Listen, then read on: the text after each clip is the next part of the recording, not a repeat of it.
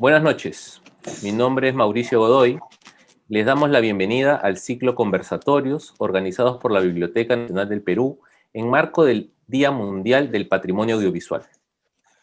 La producción audiovisual surge con la modernidad y ha generado documentos tanto antropológicos, informativos y artísticos que nos permiten ver cómo en nuestro país se ha adaptado y desarrollado los medios audiovisuales.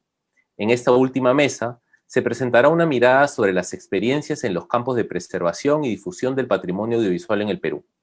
Para su desarrollo, es un gusto contar con la participación de Elisa Arca, curadora y gestora cultural, estudiante de doctorado en Comunicación y Cultura en la Universidad de York, Canadá, tiene una maestría en Arte Contemporáneo y Nuevos Medios en la Universidad de París, Francia. Ha trabajado como coordinadora del proyecto EPA, Espacio Plataforma de Preservación Audiovisual. Coordinó y contribuyó como autora en la colección de ensayos El Mañana fue hoy, 21 años de videoarte electrónico en el Perú, así como en publicaciones relacionadas a diversas manifestaciones del audiovisual. Es la coordinadora general de MUTA, Festival Internacional de Apropiación Audiovisual. También contamos con Gerardo Trillo, director de Protección de Colecciones de la Biblioteca Nacional del Perú, historiador por la Universidad Nacional Mayor de San Marcos, con estudios en maestría en gestión del patrimonio audiovisual en la misma universidad. Ha sido director ejecutivo de Patrimonio Documental Bibliográfico en el 2015 y director general del Centro de Servicios Bibliotecarios especializados de la misma institución entre los años 2015 y 2018. Actualmente es responsable de la Dirección de Protección de las Colecciones de la Biblioteca Nacional del Perú, donde gestiona los procesos de control, custodia y protección.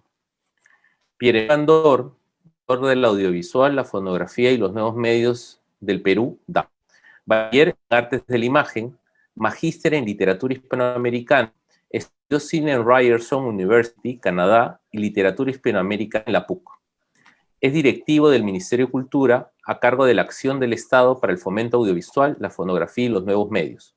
Sus áreas de interés son las políticas culturales, las industrias culturales y artes, los archivos audiovisuales, el cine y la industria editorial. Cada uno de los expositores conversará sobre un tema específico y ha estudiado y o trabajado. Cada participación tiene una duración de 15 minutos. Invitamos a los seguidores de las redes sociales que pueden comentar y participar con sus preguntas.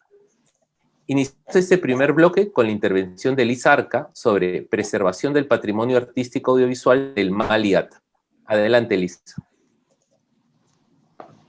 Gracias, Mauricio. Gracias a la biblioteca por la invitación y por darnos un espacio para compartir algunos de los alcances de nuestro proyecto. Lo que voy a presentar hoy son avances del proyecto EPA, Espacio Plataforma de Preservación Audiovisual, un proyecto conjunto entre el Museo de Arte de Lima y Alta Tecnología Andina, ganador de los estímulos económicos para proyectos de preservación audiovisual en el año 2018. El proyecto se está llevando a cabo bajo la curaduría de Sharon Lerner y José Carlos Mariátegui, bajo la coordinación de quien les habla y actualmente bajo la coordinación de Pilar Ríos en el Mali.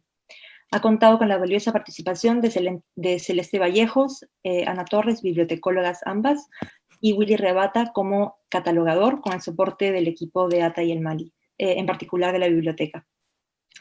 Hay múltiples maneras de presentar un proyecto de preservación y quisiera hoy simplemente enfocarme en la forma como hemos organizado la plataforma que da acceso a las obras y a la información sobre ellas, de modo a poner en evidencia, espero, cómo estas herramientas moldean nuestra aproximación a los elementos de una colección, en este caso a obras de videoarte. Asimismo, quiero enfatizar el rol de la investigación en los procesos de preservación audiovisual. Estamos actualmente en el proceso de revisar la información que hemos subido a la plataforma, motivo por el que no puedo aún compartir imágenes del proyecto. Pero espero que una vez que lo tengamos podamos compartirlo con ustedes. ¿Qué es EPA entonces? Es un espacio y una plataforma para la preservación audiovisual. Es el resultado de los esfuerzos conjuntos del MALIATA para preservar sus obras basadas en imágenes en movimiento, relevantes para la comprensión de la historia de las artes visuales y audiovisuales en el Perú. Son las dos colecciones de videoarte más importantes del Perú y comprenden más de 200 obras en soporte magnético, desde los años 70 hasta los 2000 en UMATIC, VHS, Betacam, MiniDB. Soportes de almacenamiento digitales en discos duros, USBs, de obras nacidas digitales, y obras en fílmico que han sido recientemente digitalizadas, de finales de los años 60, en 16 y 35 milímetros. El objetivo del proyecto es doble. Por un lado, pretende dotar de un espacio físico donde los usuarios puedan visualizar el contenido completo de las obras en módulos instalados en la biblioteca del Mali, y por otro lado, que los usuarios tengan acceso remoto a la información sobre las obras a través de la plataforma en línea. Cuando los artistas han dado su consentimiento, se ha incluido un enlace para ver la obra en su totalidad en línea, que, bueno, como es de esperarse, en estos tiempos es más que útil. Estas dos formas de acceder a la colección responden a la necesidad de abrirla al público que visita la Biblioteca del Mali y que no necesariamente está familiarizado con el video como forma artística. Asimismo, la plataforma en línea espera despertar el interés de un público aún más amplio. El desafío que enfrentamos fue crear una base de datos integral que al mismo tiempo contara las posibles historias del videoarte en el Perú. La herramienta elegida para tal efecto fue Collective Access. Cito la página de Collective Access: es un software de código abierto para la gestión y publicación de colecciones de museos y archivos. Voy a describir brevemente los contenidos de las colecciones mencionadas, poniendo en evidencia cómo estas se vinculan con la historia del arte en video en el Perú de manera general.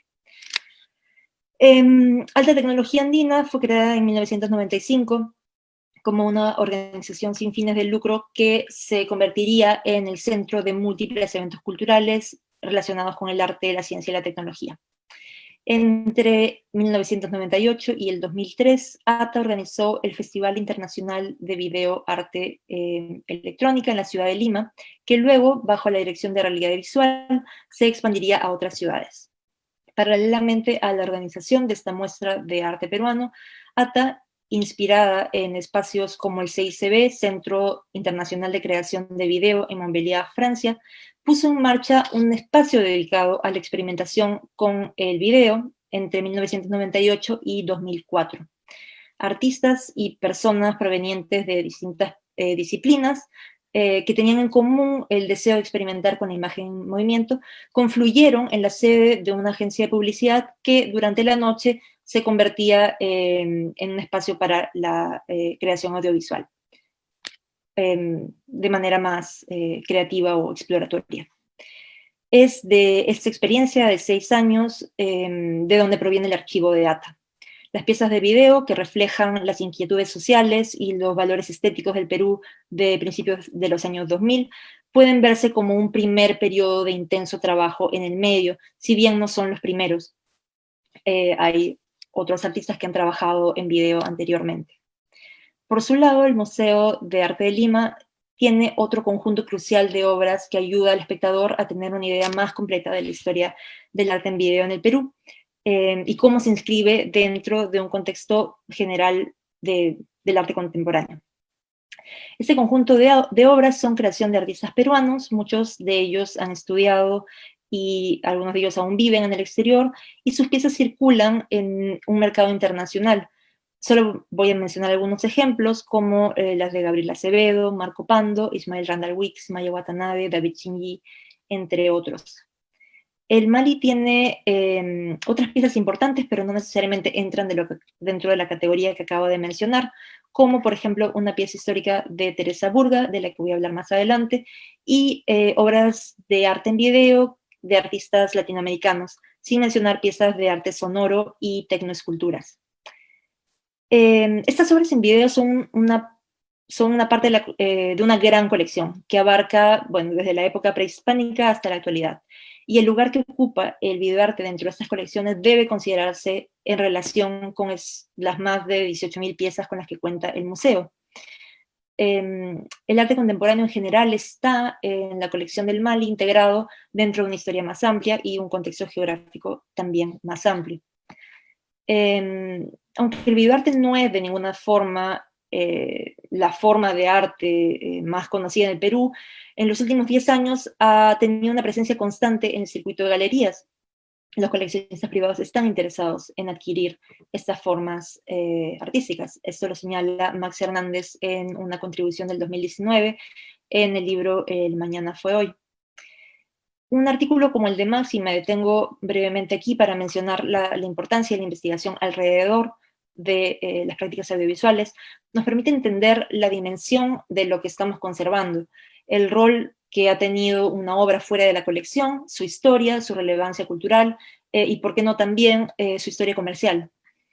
Y, por cierto, la combinación de elementos que acabo de mencionar no es para nada extraña en el mundo. Se encuentran procesos muy similares en otros países. Las economías del videoarte, como señalan Cynthia Chris y Jason Simon, existen en una suerte de triangulación entre el mercado del arte, el legado de distribuidores, programadores, la academia, y yo agregaría aquí también instituciones no gubernamentales, y por último el circuito económico en Internet. Esto lo escuché muy recientemente en una exposición de una investigación de formas como el videoarte puede distribuirse en Internet de manera pagada.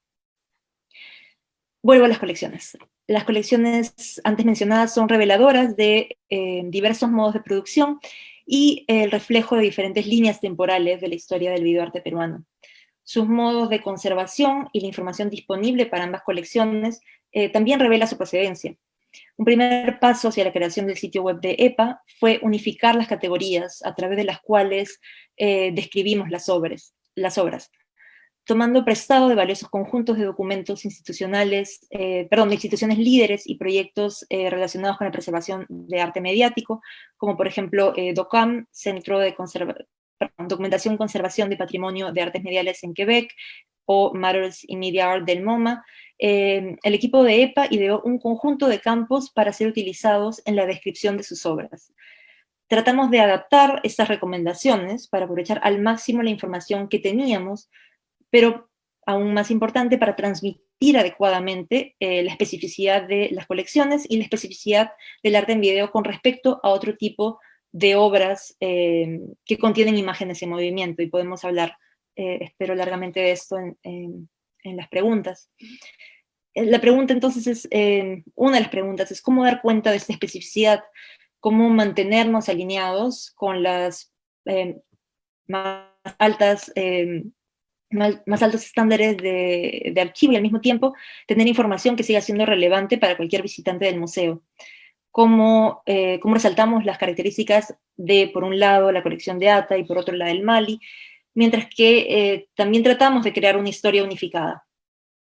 Para hacer aún más complejo el panorama, el proyecto se propuso digitalizar obras audiovisuales en deterioro que son de suma importancia para entender la historia de la experimentación audiovisual en el Perú. Ejemplos de ellos son el perfil de lo invisible de Gonzalo Fluker, registros de Mario Hacha, en particular de la exposición Introducción al cinematógrafo, uno de los elementos de la instalación Cuatro mensajes de Teresa Burga de 1974, y documentales de Raúl Goiburu, Carrera de Chasquis y Carrera de Triciclos. Queríamos proporcionar información detallada sobre todos estos contenidos, y esto impulsó al equipo de ATA a indagar en la historia de cada obra, sus numerosas iteraciones, especialmente en el caso de las videoinstalaciones, y podría detenerme largamente en estos casos fascinantes de ver cómo una obra evoluciona a lo largo del tiempo, en las distintas maneras como se presenta en el espacio del museo, o como se ha presentado antes en galerías u otros espacios. El contexto histórico en el que llegaron a las colecciones y los criterios curatoriales detrás de su compra o donación. Los intentos de organizar adecuadamente esta información diversa y no homogénea en hojas de Excel tuvo el beneficio de ayudarnos al menos a visualizar el desborde de datos que en algunos casos no necesitábamos, o en otros no estábamos autorizados a compartir, cuando se trata de contratos o correspondencia interna, por ejemplo. Esta detallada información fue útil para comprender cómo se integra el video a una colección más grande, como en el caso del Mali. Pero estos datos cualitativos, y en algunos casos cuantitativos, encajarían solo con dificultad en los campos predeterminados de Collective Access. incluso si la elección de esta herramienta se basó en la flexibilidad que permite. Esa flexibilidad tiene, por supuesto, un límite. Decidimos limitar la cantidad de información presentada y atenernos a poner a disposición aquella información que permitía dar cuenta de la historia de las obras, pero esta información es de por sí compleja. Crear una plantilla para documentar las obras equivalió a establecer un diálogo entre las prácticas no sistematizadas de coleccionismo de artes mediales en el Perú con las instituciones e iniciativas de investigación que han estado trabajando en el campo durante al menos una década y son las que mencioné anteriormente. Además, intentamos modificar un estándar preconfigurado, Dublin Core, teniendo en cuenta la información que ya estaba disponible en el software de gestión de colecciones del Mali, de Museum System o TMS. Asimismo, el proceso de traducción, adaptación o negación de algunos términos del tesauro de investigación de arte multimedia de la institución que mencioné antes, DOCAM, dejó en claro que no estábamos simplemente recatalogando las piezas, sino, de cierta manera, intentando reescribir una parte de la historia del videoarte en el Perú, teniendo como punto de partida, como ya mencioné, archivos proporcionados por los artistas, documentos internos, etc. Y aquí también podría detenerme a hablar de la importancia de cómo ingresan las obras a una colección, cuál es la documentación con la que se acompaña la obra en sí, que es en muchos casos proporcionada por el artista o la galería, han sido de crucial importancia para ese proyecto. Voy a hablar ahora de Collective Access propiamente y de la página de EPA. Una interfaz de programación de aplicaciones y una interfaz gráfica de usuario nos proporcionaron los medios para crear una segunda capa de información por encima de la que ya teníamos, es decir, la que hayamos ingresado a este sistema de información, que presenta la información de manera más como un catálogo, ¿no? No es tan amigable, digamos. Estos puntos de entrada a la colección que creamos con esta segunda capa de información no son inocuos, inevitablemente moldean la comprensión e incluso la visualización del usuario de la historia del videoarte en Perú. Una primera versión de la base de datos, como les mencionaba, no incluía esta segunda capa. Es gracias a la conversación con un grupo de profesionales a cargo del diseño de la experiencia de usuario que surgió la idea de proporcionar al visitante una orientación en su visita. Y tenían razón al sugerir esto. Tenían razón no solo porque es una interfaz más amigable para la colección, sino porque además permite agregar la voz, por así decirlo, de los curadores de la plataforma y esperemos también en una segunda etapa del proyecto incluir la voz de los investigadores e investigadoras que están interesadas en las obras de video de las colecciones de ATA y el Mali, así como estas otras obras que hemos ido integrando a la plataforma. Decidimos no crear dos botones separados para las colecciones de ATA y del Mali y elegimos crear 4 viajes o 4 recorridos principales para mostrarlos en la página de inicio de EPA. Estos viajes o recorridos conectan esta segunda capa de información con la información más detallada del Collective Access. Y son viajes o recorridos temáticos, pero también históricos. Uno de ellos está dedicado a la historia de los festivales BAE, que mencioné al inicio. Otra está dedicada a animación, video performance, y hay otro de los recorridos que está dedicado a descubrir las obras cinematográficas rescatadas y que reflejan esperamos las primeras experimentaciones en película, o que son también documentos valiosos para comprender las prácticas artísticas de un periodo determinado, y esto está íntimamente relacionado con las colecciones del Mali también, como por ejemplo los documentales de Goiburu para entender la producción artística durante el gobierno de Juan Velasco Alvarado.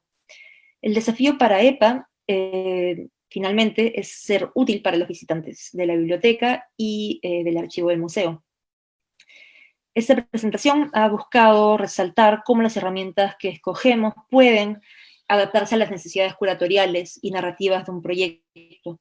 Hay muchísimo más que decir sobre otras acciones que anteceden la puesta a disposición y circulación de estos contenidos, de las cuales, por supuesto, podemos hablar durante las preguntas y respuestas.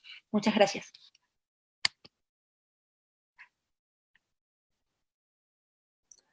Muchas gracias, Elisa. A continuación, Gerardo Trillo conversará sobre los archivos audiovisuales de la Biblioteca Nacional del Perú. Adelante, Gerardo. Gracias, Mauricio. Bueno, solo quería hacer una precisión, que mi maestría es en gestión del patrimonio cultural en general. En San Marcos la llevé un tiempo.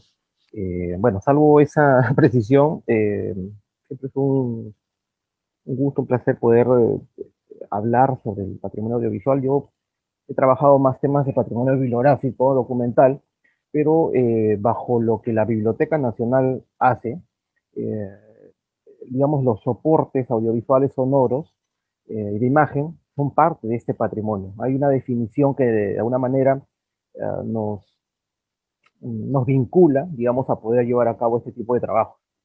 Así es como la biblioteca desde la década, bueno, desde la reconstrucción de la biblioteca en el 45 al 47, ¿no? Recordemos que la biblioteca sufrió una catástrofe en el año 43, hubo un proceso de reconstrucción, y en ese proceso de reconstrucción se dio una serie de normas, ¿no? Para promover un poco, digamos, los noticiarios de la época, y eso de alguna forma generó que muchas copias de estos noticiarios de la época, de la década del 40, la segunda mitad del 40, vayan a la biblioteca. Eso fue paulatino.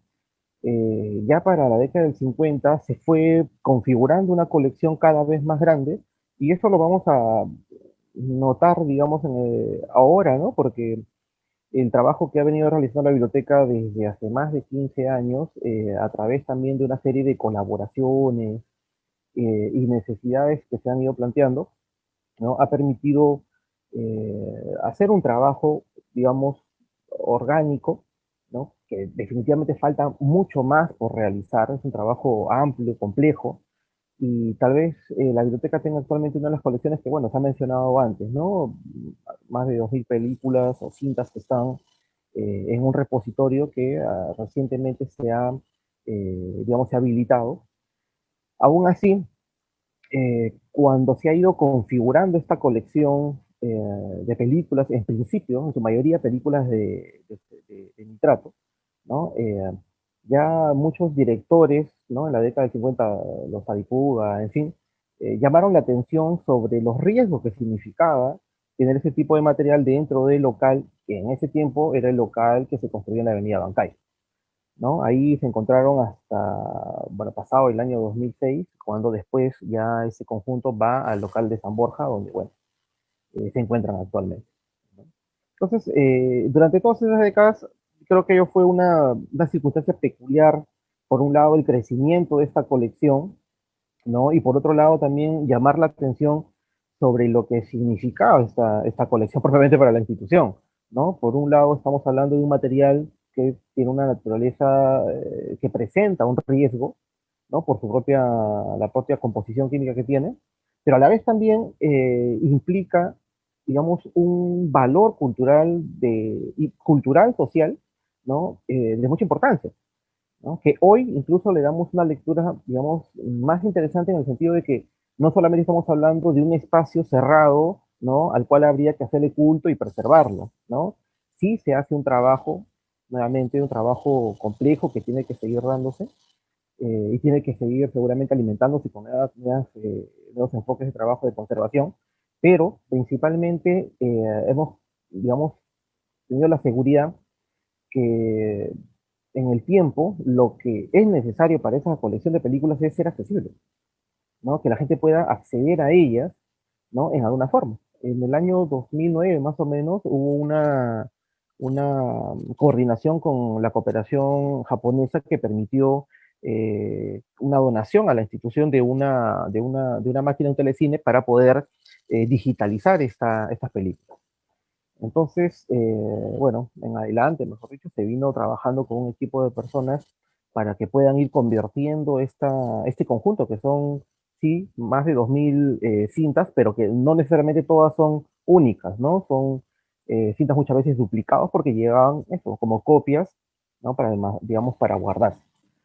Ya desde el 2015, 2016, una forma, digamos, de poder hacerla accesible era, claro, digamos, hacer un trabajo de conservación de estas películas, con la limpieza y el acondicionamiento que se fue realizando poco a poco, y que, bueno, nuevamente, todavía es un trabajo, digamos, en camino, no es algo que ya esté finalizado, ¿no? La colección de películas de la biblioteca es conocida, ¿no? Pero, y también se sabe que tiene dificultades, pero que se viene trabajando. Y hoy en día, ya con la rehabilitación, ¿no? Con el establecimiento de un depósito, digamos, que se ha construido el año pasado, ha mejorado mucho su, digamos, y para limitar y evitar los riesgos que puedan presentarse propios del tipo de material. Como les mencionaba, ya se ha venido digitalizando y son alrededor de 600 pequeñas grabaciones, bueno, son noticieros de la década del 40, del 50, del 60, eh, y bueno, se pensó que lo más práctico era subirlas al internet. Entonces, el YouTube aparecía como un medio práctico para que la gente pueda acceder a ellas, videos cortos que se pueden compartir, ¿no? Y el conjunto se ha subido, ¿no? Son más de 600 grabaciones que se han podido colocar. Debido a que estos documentos, estas películas fueron financiadas por el Estado, y que bueno, tenían desde de por sí, ¿no? Una misión y una visión enfocada, digamos, a la difusión de lo que hacía el Estado en las diferentes actividades.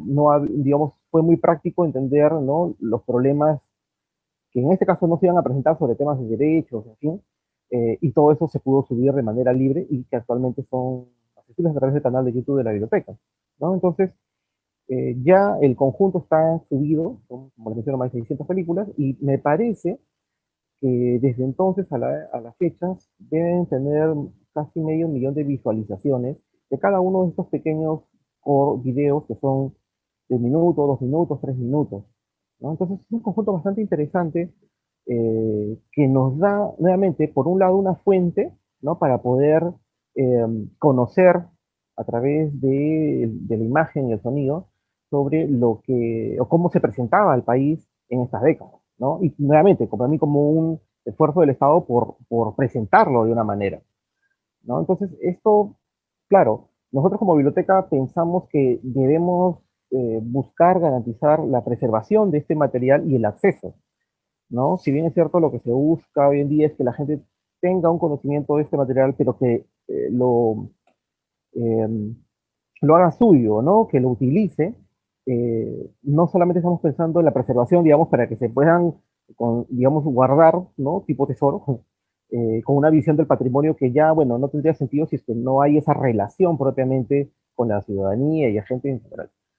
Lo que nos da mucho gusto es que hay muchas consultas, ¿no? Que pues eso, nos vienen a la biblioteca y solicitan copias, partes, y nosotros, enhorabuena que podemos facilitarle en principio lo que se ha subido. A veces no se conoce que están todas las películas de la biblioteca ya en el YouTube, y la gente, bueno, puede ser más rápidamente acceder a ellas. O en otros casos, sí solicitan una digitalización en una calidad mucho más alta.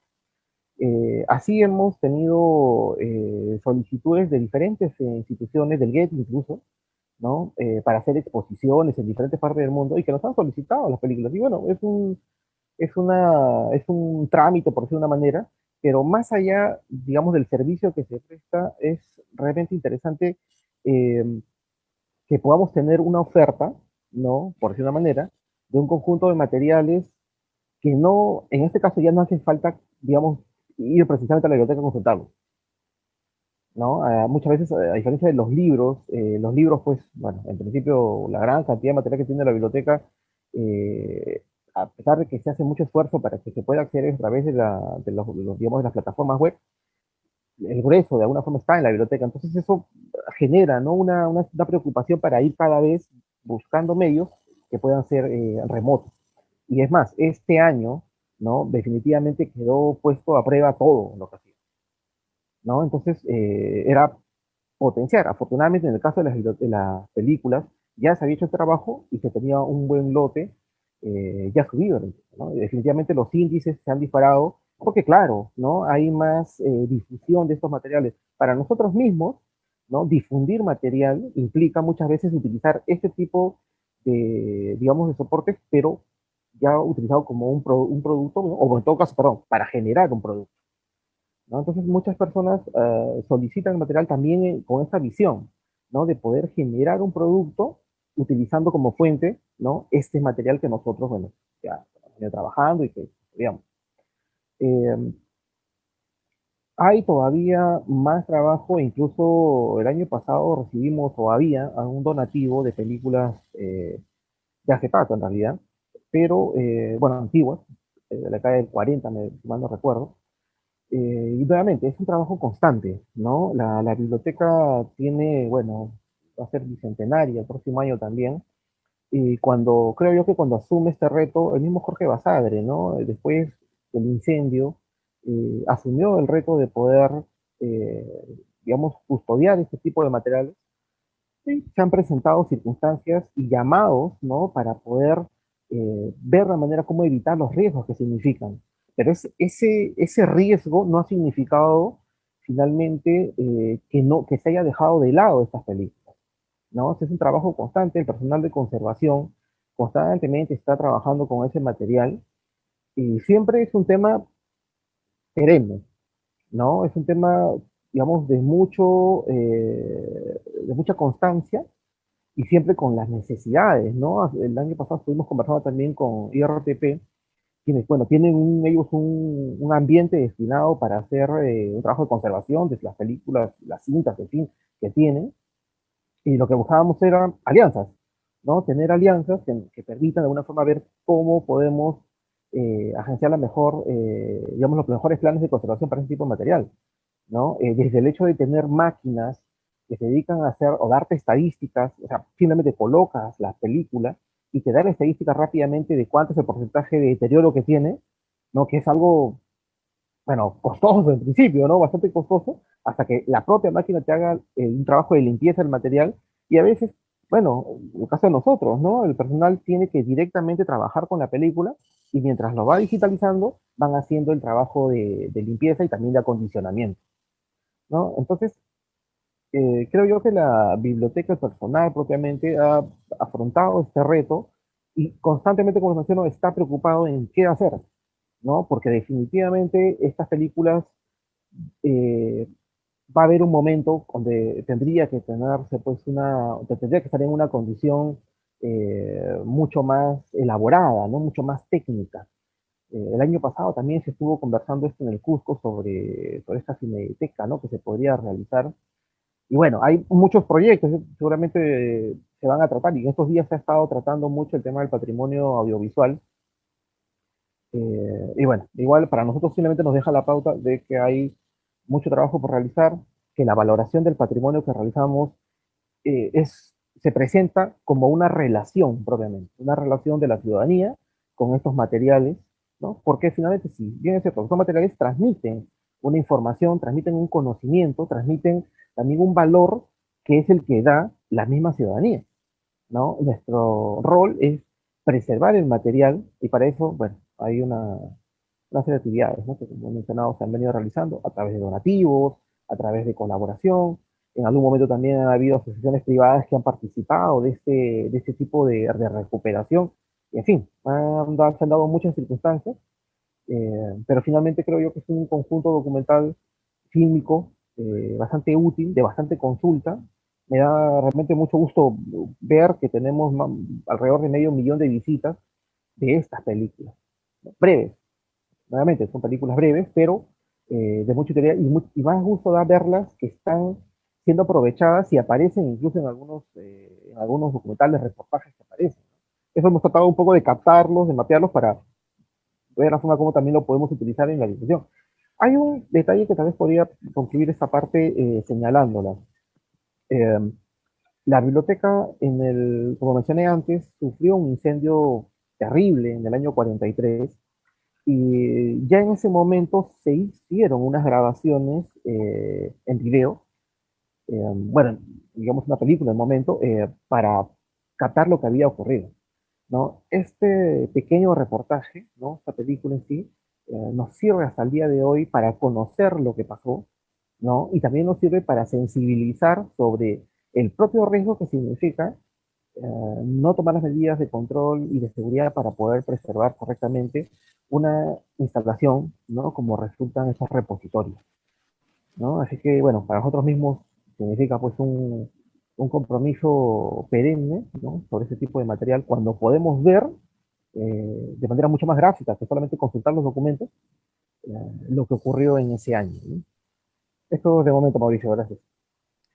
Muchas gracias, Gerardo. Muchas gracias. Finalmente, Pierre-Emile Van Doorn comentará sobre políticas de conservación, preservación y difusión del patrimonio audiovisual del Perú. Pierre-Emile. Gracias, Mauricio. Bueno, para empezar, solamente quería reaccionar tanto a lo que expuso Elisa como Gerardo, con un par de ideas. La primera es que cuando Elisa menciona, me parece muy interesante cuando menciona la voz de los curadores como parte del trabajo del proyecto que describió, ¿no? Que también está incorporada, y en ese sentido hablar, como probablemente se vea en un momento cuando lo mencione, que cuando hablamos de patrimonio audiovisual también estamos hablando de una serie de materiales contextuales que son fundamentales para interpretarlo, ¿no? Eso en el caso específico de lo que hace el Ministerio de Cultura a través de la DAFO, es claro porque no solamente contamos con, por ejemplo, las obras que resultan del financiamiento público que se da para la producción, sino también con la visión del director, los proyectos, los presupuestos, los guiones, etcétera, ¿no? Una serie de materiales que anteceden la producción, y luego también materiales como documentación de los festivales, con criterios curatoriales de programación y demás, que también es bien interesante, ¿no? Entonces, cuando hablamos de estos elementos, también nunca hay que olvidar que si bien muchas veces lo más caro, lo más frágil puede ser el propio material audiovisual, está acompañado de una serie de otros materiales sobre los cuales es importante hablar. También patrimonio industrial. Cuando hace unos años, mencionaré en un momento, pero cuando hace unos años se creó el grupo de trabajo para analizar el estado de los acervos del sector cultura visuales, tuvimos interacción también con gente de la Dirección de Patrimonio Cultural para tratar el tema de patrimonio industrial. ¿Por qué? Porque, por ejemplo, hay proyectores, hay cámaras, hay otras maquinarias que tienen una importancia potencialmente histórica en nuestro país, por más que no sean estrictamente hablando patrimonio audiovisual, o que no sean necesariamente objetos producidos en nuestro país. Pero el proyector, por ejemplo, que utilizaban los presidentes de la República durante décadas a lo largo del siglo XX para ver las películas, para ver documentales, para ver información audiovisual, es parte también de la historia audiovisual de nuestro país, ¿no? También en ambos casos, tanto Elisa como Gerardo mencionaron o han hablado de las experiencias de acceso, ¿no? Experiencia de acceso a través del diseño de experiencias de usuario para acceder a las colecciones conservadas o estudiadas, investigadas en el proyecto que mencionó Elisa, en EPA, y experiencias de usuario también, o la consideración del acceso en la digitalización y la puesta a disposición de la ciudadanía a través de sistemas de compartir video, en el caso de lo que ha mencionado Gerardo. Yo quería compartir una presentación, trataré de serlo lo más veloz posible porque en principio tenemos 15 minutos antes de las preguntas, pero quizás es un poco dar una visión general de la acción del Ministerio de Cultura y de la AFO específicamente en materia de patrimonio audiovisual. Como saben, el Ministerio de Cultura hereda, absorbe las funciones previas del CONACYNE. El CONACYNE había sido creado por la Ley de Cine aprobada en 1994. Entre el 94 y el 2013, que es el año de creación de la DAFO específicamente, las acciones de preservación de patrimonio audiovisual impulsadas por el CONACYNE y el Ministerio de Cultura no cuentan con muchos registros que nos permitan saber cuáles fueron. De lo que sabemos que se hizo, es que se suscribió en el 2009 un subconvenio de colaboración para la custodia del acervo de COPROSI, del CONACYNE y del Ministerio de Cultura posteriormente con la Filmoteca de la Pontificia Universidad Católica del Perú. Hay también un informe interesante de la Filmoteca PUC sobre el estado del acervo que le entrega el CONACYNE, ¿no? Que detalla cuál era el estado de deterioro o de conservación de este material fílmico. y también una serie de disposiciones para la custodia del material que se iba a entregar posteriormente. Luego, en el 2012, cuando se promueve una modificatoria de la Ley 26370, la Ley de Cine, a través de la Ley 29919, se incorpora,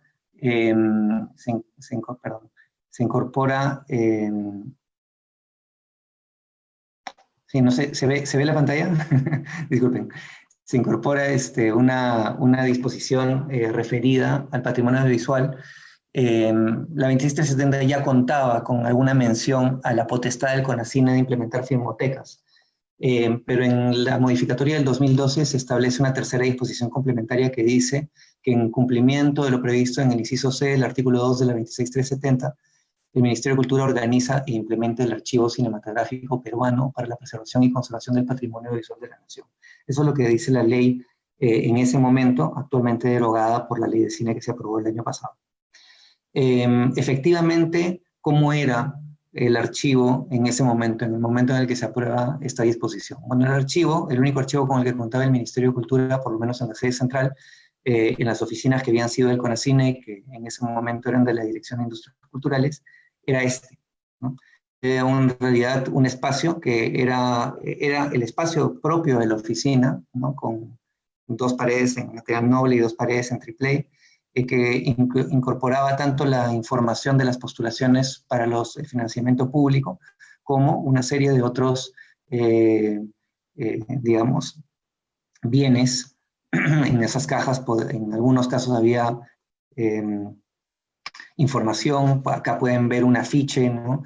Enmarcado, hay otros afiches que están en una caja de cartón, y también había algunas cintas de 35 milímetros que todavía no habían sido depositadas en la Filmoteca PUC en el marco del convenio de colaboración. En términos generales, ¿qué constituye el archivo, el acervo bajo custodia de la DAFO vinculado al audiovisual? Bueno, es básicamente lo que se entrega tras haber obtenido financiamiento por parte del Estado y haber ejecutado un proyecto, haber realizado un proyecto vinculado al cine o al audiovisual por parte de la ciudadanía. Entonces se entregan las obras, se entregan materiales promocionales audiovisuales o gráficos, entre los cuales pueden haber trailers, teasers, afiches y otros registros y documentos, como detrás de cámaras, y otra documentación que puede ser interesante a posteriori para entender cómo se desarrolla la actividad o se ha desarrollado la actividad en nuestro país. Ya mencioné los guiones, que es un material preliminar, aunque es un material de trabajo a lo largo del proceso de producción, pero también puede ser temas vinculados con autorizaciones, permisos, relaciones contractuales y demás, que también son importantes para entender el desarrollo del sector en nuestro país. En términos generales, el Ministerio de Cultura y la DAFO específicamente cuenta con más de 3.000 ítems en formatos como DVD, CD, Betacam SP, DVCam, Blu-ray, USBs, discos duros externos, con formatos de SP u otros, y también documentos en papel que contienen lo que yo mencioné hace un momento. El acervo audiovisual en soporte fílmico de la DAFO está custodiado por la Filmoteca PUC, cuenta con más de 300 películas en 16 y 35 milímetros, y asimismo hay un acervo más reducido también en fílmico bajo custodia de la DAFO actualmente, que no es parte del acervo custodiado por la Filmoteca PUC. Las acciones del Ministerio de Cultura a partir de ese momento, ¿cuáles fueron? Bueno, para empezar a tener un archivo de la propia dirección separado y con condiciones un poco más adecuadas para la custodia tanto del material bibliográfico como material contextual o aún material audiovisual. A la mano izquierda pueden ver, por ejemplo, los tubos en los cuales se custodian algunos de los afiches. La mano derecha cómo se comienza a reorganizar el material, a ordenarlo, y hay una computadora al fondo donde se comienza a implementar un sistema de gestión de la información. Esto es un trabajo permanente, es un trabajo en curso. Actualmente, por ejemplo, aunque lo menciono más adelante, estamos en el proceso de adquisición de un sistema de gestión de contenidos digitales, porque la producción actual se está haciendo en formatos digitales, los cuales también son altamente vulnerables y requieren de sistemas de almacenamiento específicos para asegurar la longevidad de estos contenidos. Películas producidas recientemente, por mencionar una, Huayna Pacha o Retablo, nos son entregados en discos duros que como saben, en general tienen una longevidad de 5 años, por lo que haber un plan para la custodia futura del material producido en este momento. Asimismo, también contamos con un poco de fílmico que ha estado pasando por un proceso de rescate de algunas colecciones que se identificaron posteriormente en el Ministerio de Cultura, no necesariamente colecciones de material peruano, sino que eran colecciones del Ministerio de Cultura de documentales de otros países, donaciones de otros países para fines formativos, educativos, lo que estamos tratando de atender en este momento, y algunas pocas colecciones, sí, de material peruano entregado a nosotros en custodia por personas que por alguna razón no podían seguir manteniendo, u organizaciones que no podían seguir manteniendo ese material, ya sea porque estaban en espacios que estaban a punto de ser vendidos, demolidos o demás, y que si bien no contamos con un archivo audiovisual adecuado para la custodia, habilitamos un espacio temporal para poder atender esa necesidad urgente. En orden, lo que se hizo a partir de la creación de la AFO, además de comenzar a implementar un espacio un poco más adecuado, fue para empezar a tratar de generar un diagnóstico. Se encargó la elaboración del estudio sobre la situación de los archivos audiovisuales en el Perú y se publicó, elaboró Cristian Wiener, y que está para descarga gratuita, lo pueden acceder. En base a eso y a otra información, en el 2016 se elaboró un perfil para implementar un proyecto de inversión pública para recuperar el acervo de la sede central del Ministerio de Cultura, tanto lo que está en custodia en la Universidad Católica como otro acervo que está produciendo y que se va recibiendo. El perfil se llamaba Recuperación del Patrimonio Documental Audiovisual Fonográfico de la sede central del Ministerio de Cultura.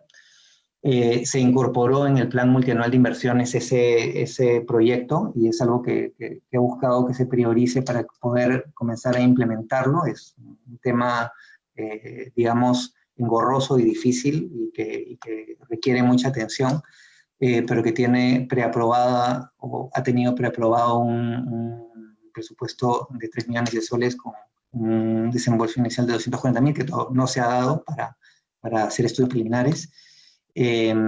Aún. También se constituyó un grupo de trabajo sectorial con colegas del Instituto Nacional de Radio y Televisión, la BNP, el Archivo General de la Nación y la propia DAFO para establecer lineamientos de preservación del patrimonio audiovisual, que elaboró durante 6 meses y elaboró una serie de recomendaciones, además de generar un primer antecedente de una acción del Estado enfocada en repensar las necesidades de preservación, por lo menos del sector cultura, y creo que generó también una incidencia positiva al interior de cada una de las organizaciones para visibilizar el problema que estaba durante mucho tiempo invisibilizado. Este grupo concluyó una serie de cosas, pero las 3 conclusiones principales con respecto al propio sector cultura era la necesidad de generar normas específicas vinculadas al acervo audiovisual, modificar algunas, crear nuevas, la necesidad de crear una instancia de coordinación entre los órganos que tienen competencias en materia de patrimonio audiovisual, y se recomendaba también implementar un régimen de estímulos, en tanto no todo el patrimonio audiovisual o no toda está en manos del sector público ni del sector cultura, sino también de coleccionistas, instituciones, ONGs y otras organizaciones, herederos, por decir algo, es decir, que son colecciones privadas, pero que, dadas las características del patrimonio del acervo audiovisual, se requieren recursos a los cuales rara vez se tiene acceso y no hay muchas fuentes de financiamiento para tenerlo, ¿no? También por una falta de valoración social del patrimonio audiovisual que ha habido durante mucho tiempo y que recién se está empezando a revertir con una toma de conciencia ciudadana del valor no solamente intrínseco, sino que tiene para repensar y recrear también nuevos discursos en base a ese patrimonio sobre nuestra historia, sobre el presente y también, evidentemente, sobre lo que se espera más adelante de nuestra sociedad, de nuestro Estado, de nuestro país. Se creó un concurso de preservación audiovisual, de proyectos de preservación audiovisual. La primera edición fue en el 2018, van 3 ediciones, 2019-2020. Estos son un poco los resultados. Como ven, desde el año de creación del Ministerio de Cultura, que fue el 2010, y su primer año de implementación, que fue el 2011, durante mucho tiempo no había un concurso, este tipo de financiamiento, y entonces en 2018, 2019 y 2020 empezó a convocarse. Se recibieron 18 proyectos, 17 aptos en el primer año, 17 proyectos el segundo año, 15 aptos, 15 proyectos este año, 15 aptos, de los cuales entre 7 y 6, 7 el primer año, 6 el segundo año, y este año van 5 con una lista de espera de 2 proyectos adicionales, han sido premiados. Se han otorgado más recursos para esos proyectos beneficiarios. Proyectos de Lima, La Libertad, Arequipa, Loreto y Cusco, o postulados desde personas jurídicas domiciliadas en esas regiones. Adicionalmente, en el también recientemente creado concurso de formación, bueno, no tan recientemente, en realidad formación tiene años. En el concurso de formación en el 2018 se reservó una cantidad de dinero para proyectos que contemplaran la formación en temas de preservación audiovisual, porque también parte del diagnóstico es que necesitamos más profesionales y más personas que tengan conocimiento técnico y general, específico y general, sobre temas de gestión del patrimonio audiovisual y preservación del patrimonio audiovisual. Es un conocimiento especializado. Y el primer año no tuvimos beneficiarios vinculados con formación, es decir, el monto quedó desierto porque no hubo postulaciones. También se reservó, se generó una valoración positiva de proyectos que postularan al también recientemente creado concurso de investigación con proyectos vinculados o que ayuden a la preservación del patrimonio audiovisual peruano. El primer año, Alonso Quinteros ganó el concurso con un mapeo y constitución de un archivo de cine documental peruano. El segundo año, Verónica Boyo ganó el concurso con su proyecto sobre la filmografía perdida del cine de los grupos religiosos en la Amazonía peruana durante el siglo XX. Y en los últimos 2 años han ganado financiamiento para estudiar, formarse en temas vinculados con preservación audiovisual. Maya Tillman, en la Universidad Nacional de Audiovisual de Francia, Lina, Efraín Bedoya y Marianela Vega en la escuela Cineescola Elías Quejereta en el País Vasco, ambos casos en los másters de preservación audiovisual. En cuanto a los proyectos que ganaron los fondos de preservación audiovisual, estos son los del 2018, los pueden consultar, toda esta es información pública que está en línea.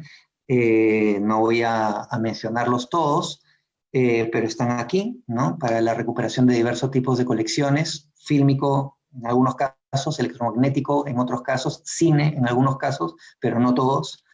2018, 2019,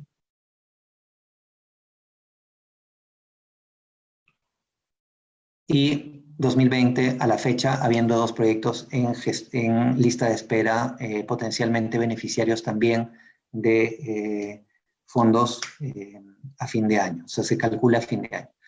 El total de esa inversión desde del 2018 a este año es de 2.687.182.76 soles invertidos en temas del audiovisual desde la constitución de estas líneas de estímulos. En resumen, y adicionalmente, no desde la AFO, pero sí desde el Ministerio de Cultura, se declaró por decreto supremo como proyecto emblemático del Bicentenario de la Cinemateca Nacional en Cusco. Es un proyecto que ha sido objeto de discusión, por ejemplo, a través del Encuentro Internacional de Cinematecas del año pasado.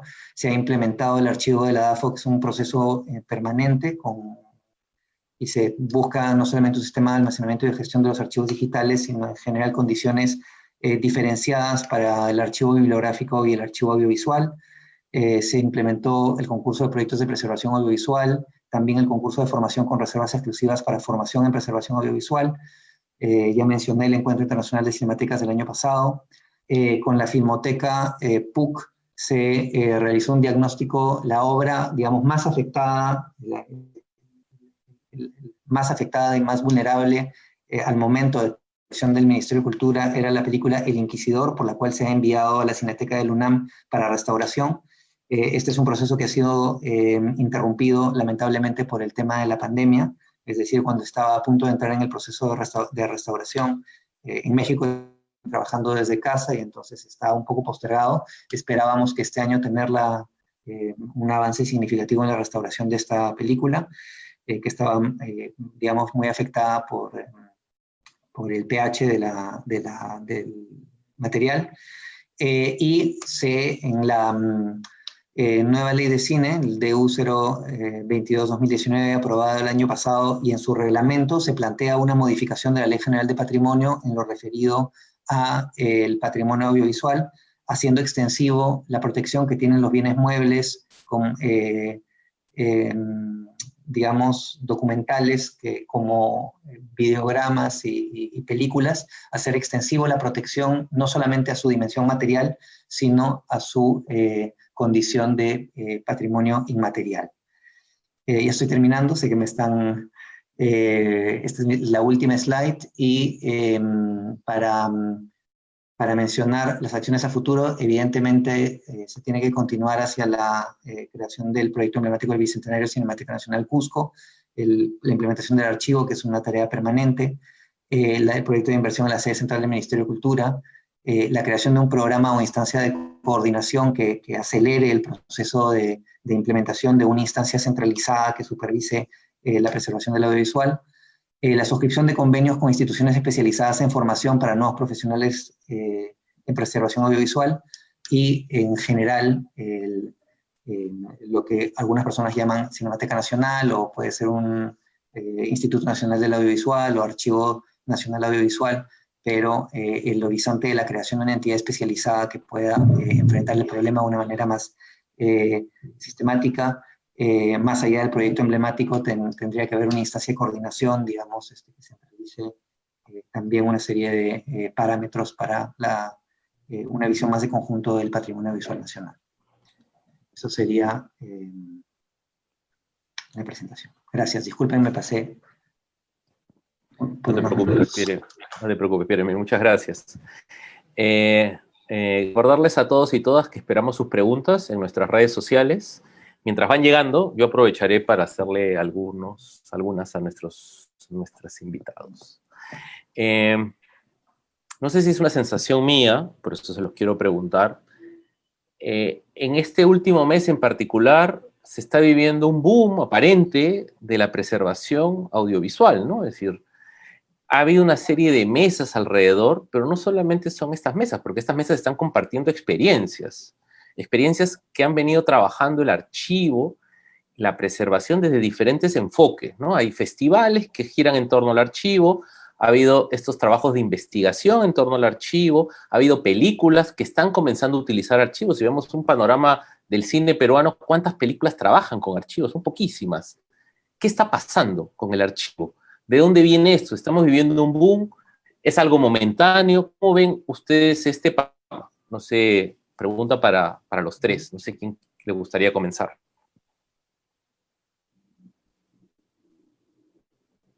Yo puedo empezar. Vale, empiezas. No, es que sí, yo también me lo he preguntado, por eso, digamos, reacciono rápido. O sea, creo que por lo menos desde donde yo veo el sector, lo que vemos es un crecimiento del sector, de todo el sector audiovisual, ¿no? Y el sector no es solamente los realizadores y los productores, evidentemente, ¿no? El sector son los gestores culturales que programan películas, el sector son los investigadores, el sector son los docentes, y lo que vemos en la década pasada, del 2010 al 2020, es claramente un crecimiento de la producción, de la investigación, es decir, algo exponencial en todas las cifras de lo que vemos. Y al volverse más grande ese sector, evidentemente, se diversifica, pero no solamente se diversifica, sino que se evidencian las carencias, las necesidades y las posibilidades de la actividad, ¿no? Y una de las mayores carencias de la actividad era una reflexión y un trabajo sobre la historia del audiovisual peruano, ¿no? Evidentemente no quiero decir que no habían publicaciones que hablaran de la historia del cine peruano ni del audiovisual peruano, sí habían, pero una investigación también aplicada, una incorporación de estos materiales en nueva creación, como tú dices, y evidentemente esta última década también ha sido no solamente la década de un crecimiento nuevo del sector, sino una década del fortalecimiento de la institucionalidad cultural. Es la década del Ministerio de Cultura. Este año celebramos, digamos, la creación del Ministerio de Cultura, sus 10 años. Entonces no había es un momento de reflexión de cómo queremos que sea esta institucionalidad cultural, qué brazos queremos que tenga, qué alcance queremos que tenga. Y bueno, eso me parece que explica un poco ese boom que tú mencionas, y yo más bien no creo que es un boom temporal, creo que es una tendencia, ¿no? Elisa, Gerardo, no sé si quieren comentar algo. Sí, concuerdo con Pierre-Emile en que esa es una manera de explicar este fenómeno y espero también que no sea temporal. Y me pregunto también, me he hecho la pregunta estas últimas semanas, al verme en la imposibilidad de estar en todas estas mesas escuchando todos estos proyectos, pero me pregunto si no es también la experiencia que tenemos cada uno de nosotros individualmente de manejar nuestros propios archivos digitales. Este desborde de documentos que tenemos en nuestras computadoras y la necesidad de clasificarlos. Las herramientas que tenemos más a mano también, ya sea para digitalizar caseramente los negativos de nuestros papás, ya sea para descubrir en los archivos familiares películas en formatos a los que quizás no teníamos acceso antes. Me pregunto qué tanto de la experiencia personal también está involucrado en este deseo, y lo pienso también a la luz de proyectos pequeños de preservación de imágenes. No tengo en mente el nombre, pero es un proyecto en Instagram que tiene por objetivo documentar, digitalizar fotografías, no estoy segura si materiales audiovisuales también, pero fotografías del lugar de origen de las personas que manejan esta cuenta en Instagram en Ancash, si no me equivoco. Y estos microproyectos de preservación tienen un valor sumamente importante dentro de este ecosistema que se está, no sé si creando ahora o bueno, armando en base a los cimientos que ya existían, ¿no? De instituciones, pero también de personas individualmente, ¿no? De personas que han coleccionado toda su vida, ya sea películas, fotografías, y que ahora tienen los medios tecnológicos para quizás darlos a conocer. Definitivamente hay un marco institucional en el que se inscriben estas prácticas, ¿no? Pero creo que también hay un impulso hacia la conservación futura de las imágenes, sobre todo. Gracias. Sí, quisiera también complementar algo.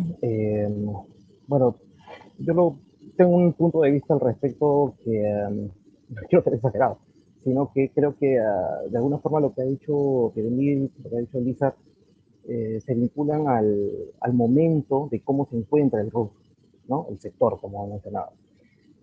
Creo que es parte también de la madurez, ¿no? De este sector. Todos los registros de la humanidad, ¿no? Han pasado por milenios en sus diferentes formas, en sus diversos soportes, ¿no? El registro o la creación es una cosa, ¿no? El registro de ella es otra. Y la concepción del ser humano para poder volver sobre ese registro es algo totalmente diferente. Pero eso es parte de la evolución propiamente, ¿no? Del desarrollo del conocimiento y de la sensibilidad, ¿no? Bueno, lo más general, ¿no? Las bibliotecas, los archivos, tienen cientos, en muchos casos miles de años de recorrido, ¿no? Que han teorizado, han experimentado, han reflexionado, se ha escrito, ha evolucionado mucho. El audiovisual es algo reciente, digamos, desde el punto de vista de la historia, ¿no? Estamos hablando de más de 100 años, sí, pero en comparación, digamos, a la escritura, al soporte en papel, otro tipo de soporte, que puede ser hasta piedra incluso, ¿no? Está en pañales, ¿no? Más bien creo yo que hay un ritmo acelerado por lo masivo que resulta ser, ¿no? Por lo rápido que se ha podido extender. Nuevamente, lo digo desde un punto de vista, digamos, a veces con información como historiador, ¿no? Pero lo digo desde un punto de vista amplio en comparación a otros tipos de soporte y a otros tipos de registros, ¿no? El hecho de la selección, lo que se mencionó en algún momento, es parte también de esa evolución, ¿no? Por poner un caso nada más, ¿no? El soporte, o mejor dicho, el papel periódico, ¿no? Era un tipo de, hasta el día de hoy sigue siendo un material que se produce con el peor tipo de papel.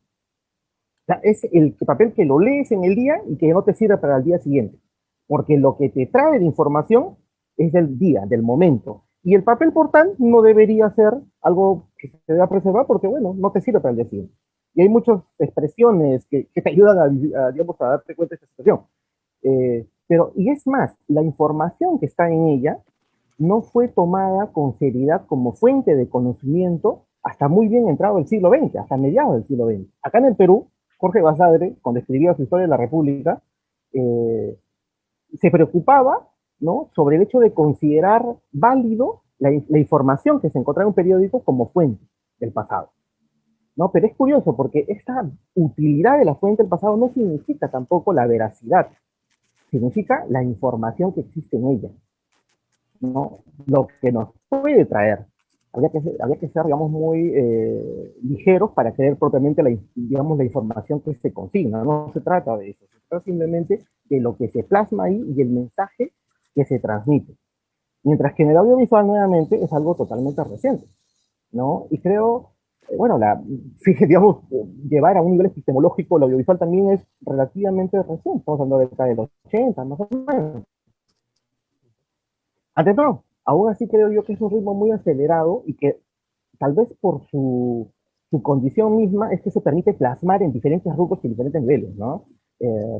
Las expresiones, nuevamente, ¿no?, culturales, sociales, son complejas de registrarlas. El audiovisual te permite registrar mucho, ¿no? Pero a la vez también te permite construir a partir de ello, ¿no? Antes, los libros, por ejemplo, recopilaban fuentes y publicaban las fuentes en conjunto, ¿no? Eso hay esfuerzos hoy en día similares, digamos, en esa misma visión. El hecho de almacenar archivos digitales, me refiero a lo audiovisual, ¿no? De hacer grandes bancos de información donde haya mucho reportaje, muchas películas y todo, ¿no? Pero nuevamente, creo yo que todo esto es parte también de un ritmo acelerado y afortunado, diría, de poder considerar digamos, el valor, ¿no?, que tiene este medio, ¿no? Y por tal su preservación. El valor, lamentablemente, no es implícito a la preservación. Y si no, creo que la prueba es clarísima, ¿no? Hasta el día de hoy seguramente muchos realizadores no se preocupan seguramente por toda la documentación que ha mencionado Premil o incluso las mismas películas que están. No hay esa conciencia. Seguramente quien escribe hoy en día una novela, una investigación, lo hace en un archivo, en un Word, y no, tampoco se preocupa en preservar ese archivo, ¿no? Y bueno, hoy en día los formatos, digamos, son recuperables, pero hasta bien entrado el 2000 los formatos casi no se han podido recuperar. Y hoy en día tienes, por ejemplo, arqueología digital, que se dedica a buscar la información de ese tipo de soportes tecnológicos anteriores al 2000, pero que no se puede recuperar fácilmente, ¿no? Entonces, creo que parte de esto también tiene que ser el hecho de poder eh, reflexionar y pensar en este tipo de reuniones para que los realizadores y los que están dentro de este rubro sean conscientes de que mientras se va creando, va a existir esa necesidad también de preservar este tipo de material. Okay. Gracias por sus comentarios. A partir de lo que está diciendo Gerardo, me he quedado pensando en lo que conversamos hace unos días con Nora de Iscue, ¿no? Que ella decía que ella fue parte de una Cinemateca Nacional en los años 80 y se dieron cuenta, es un grupo de cineastas, de la importancia de preservar las producciones de décadas pasadas, pero no se daban cuenta de la importancia de lo que se estaba produciendo en este momento, de cómo guardar lo que ellos estaban haciendo. Ella, por suerte, tuvo esa visión y comenzó a guardar algunos fílmicos y ahora pues es muy difícil acceder a ciertas producciones porque los cineastas no guardaron copias de sus films, ¿no? Y por ahí podemos encontrar uno en alguna cinemateca o en algún laboratorio en el extranjero en donde de casualidad lo guardaron. Entonces estamos en esa búsqueda de esas piezas perdidas, un trabajo arqueológico estamos haciendo, ¿no? Pero a pesar de ello, yo creo que el fílmico tiene algo que lo hemos conversado varias veces, que es algo que se mantiene en el tiempo, ¿no? Es decir, un material fílmico puede durar 100 años, ¿no? Pero ¿qué pasa con otros soportes? ¿Qué pasa con lo analógico, ¿no? qué está pasando con el archivo en cintas magnéticas, ¿no? Y qué está pasando después con lo digital, en donde la materialidad está desapareciendo. Es increíble cuando yo conversaba con algunos estudiantes y me hablan del Snapchat y ellos grababan videos que duraban 24 horas. Y para mí me parece increíble que algo que yo estoy grabando desaparezca. Cuando esos jóvenes se conviertan en cineastas consagrados, no sé, porque ya pueden ser cineastas consagrados siendo jóvenes también, ¿no? Pero ya piensen en películas, si de ya desde que se están formando no tienen la idea de la preservación, del conservar lo que están haciendo, ¿qué va a pasar después? Después no va a quedar registro de las películas que se hagan en el futuro. Todo lo que estamos generando virtualmente en un momento va a desaparecer porque no hay una materialidad que queda. ¿Cómo ven ustedes el futuro del audiovisual con este paso a lo digital? En donde estamos para poder ver las películas digitalizándolas, pero no sabemos si ese soporte se va a poder ver de acá a 5 años o a 10 años o a 20 años. ¿Qué va a pasar? ¿Quién se anima a responder?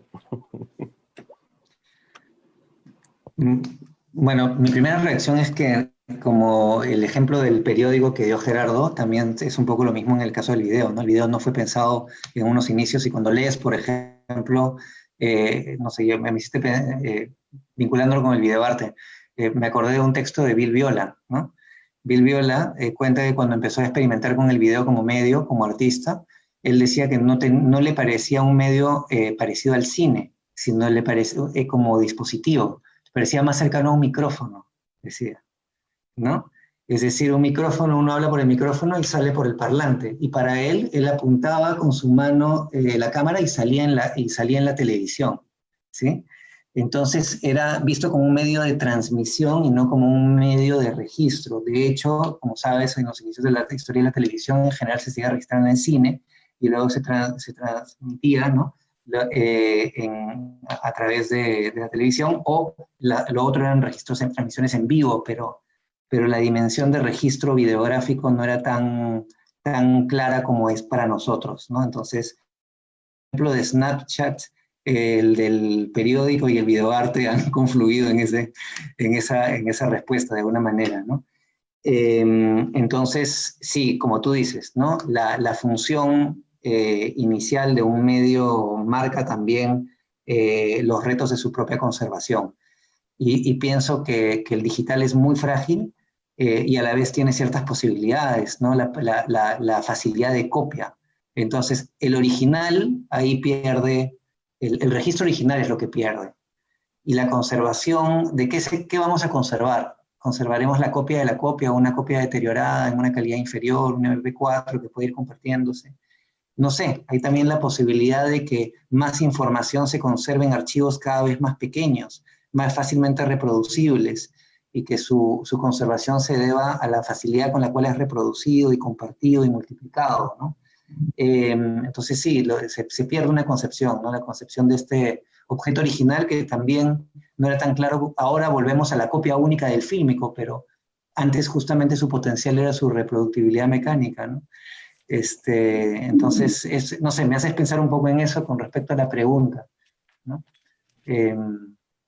No sé si ha dado una respuesta, pero por lo menos una reflexión creo que hago, ¿sí? Gracias, Pierre. Eh, Gerardo. no, bueno.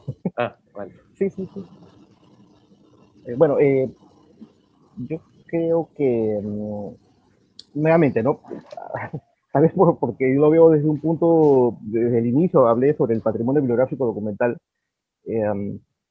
donde hay mucho trabajo sobre la evolución digamos, de sí mismo, ¿no? Entonces, pensaba, por ejemplo, en Gutenberg, ¿no? En el famoso creador del primer libro impreso de tipos móviles.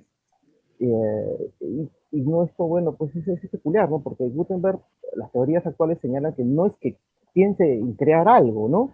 Sino lo que busca es imitar algo, ¿no? De alguna forma, casi se podría decir que trata de imitar los códices antiguos, hacer que su producción sea más barata, ¿no? No sé con qué fines, si hacerlos pasar por reales o no, pero, digamos, su interés era netamente disminuir los costos. Y tanto es así que quienes podían comprar un códice, ¿no? Veían de muy mal gusto comprar esos primeros libros impresos, porque los consideraban de menor calidad, que no había el esfuerzo de los monjes escribiendo, dibujando sobre ellos, ¿no? Una cosa bien peculiar. Y también me hace pensar un poco en el microfilm. El microfilm es una, digamos, una tecnología que se hace a partir de unas películas en las cuales se toma una captura de una imagen. Se empezó a utilizar mucho en el siglo XX en el mundo en general, y pero llegó un momento muy curioso ahí por la década del 70 más o menos, en el cual eh, se digitalizaban, por ejemplo, miles y miles y miles y miles de periódicos, ¿no? Que estaban guardados en bibliotecas, en archivos. Estamos hablando de bibliotecas grandes, ¿no? Estamos hablando de bibliotecas, la del Congreso, la British Library, en fin, donde se microfilmaban estos periódicos y luego se decidía que estos periódicos, como ya tenían digamos, su copia en un microfilm, que ahorras espacio, que supuestamente vas a preservarlo con eso, empezaron a eliminar los soportes físicos, ¿no? Empezó a haber una purga gigantesca, ¿no? Y eso, ese hecho, ¿no? Ese hecho que hoy lo podríamos entender como una biblioclastia, ¿no? Generó también una respuesta rápida y una reflexión obligatoria sobre la preservación de este tipo de soportes, ¿no? Entonces, eso es parte, ¿no? Lo que mencionaba antes, es parte de un desarrollo, podemos decirlo, natural del pensamiento, ¿no? De la sociedad, de su reconocimiento sobre sí y también sobre su memoria, ¿no? Y sobre los soportes en los cuales va a plasmar su memoria, ¿no? Hoy en día el formato digital, bueno, ¿no? El formato digital, mencioné hace un rato unos casos, ¿no? Pero igual no sigue siendo confiable hasta el día de hoy, ¿no? Hay incluso, hablando de algoritmos y todo, hay cosas que no se pueden explicar, como simplemente la eliminación de archivos o el deterioro de los archivos digitales.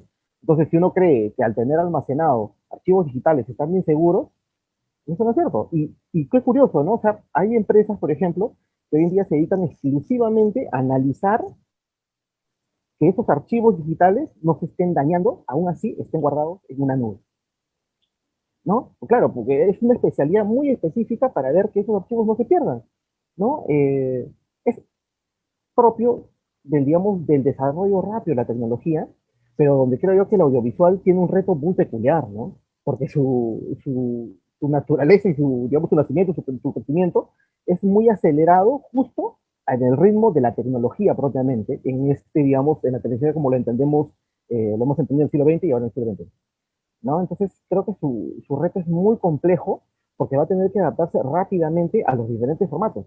Yo creo que nadie tiene hasta el día de hoy una respuesta.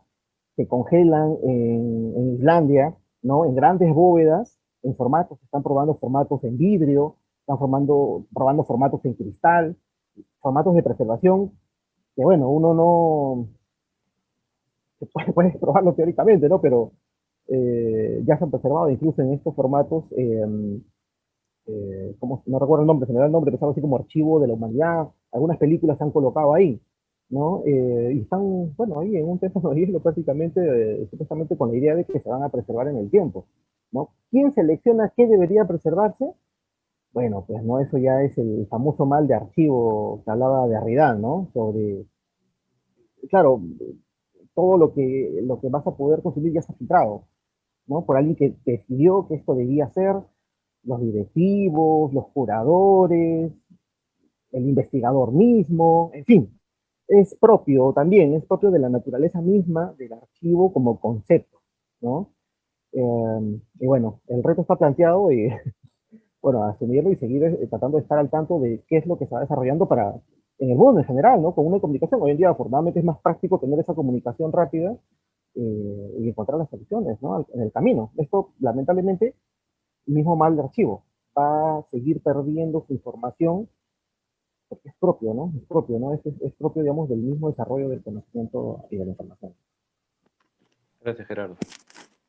Y en respuesta a eso, creo que la mejor manera de contrarrestar los efectos esta suerte de cuello de botella que son las instituciones, los curadores y demás, y de forma a crear, no sé, archivos más inclusivos. Creo que es también nuestra responsabilidad formarnos lo más posible en estos medios digitales, ¿no? Creo que lo grave sería ignorar, por ejemplo, no sé, los códecs, los diferentes formatos en los que se guardan los archivos audiovisuales o sonoros o lo que sea. Hace poco una alumna escribía en un examen que tenía que corregir, algo así como que a través de la descarga el archivo se convertía automáticamente en un MP3. Entonces, claro, la experiencia que tenemos de los archivos digitales muchas veces es así de esotérica, ¿no? Y creo que nos toca individualmente y obviamente con ayuda de las instituciones tener la mayor cantidad de información al respecto. Por otro lado, también pienso en el derecho al olvido, un poco en este aspecto como más performático del uso del video o de Snapchat, y que eso también debería tener un lugar, no sé en dónde, ciertamente quizás no en una mesa sobre preservación, pero es definitivamente un tema para pensar. Y por último, pensaba en los archivos digitales y su contraparte física, ¿no?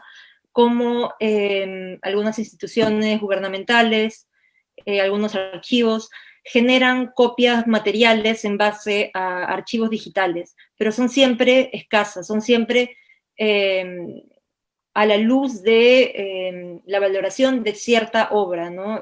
No sé, vamos a digitalizar la obra vamos a pasar a fílmico la obra digitalizada de, qué sé yo, Buñuel. Figuras consagradas, nuevamente.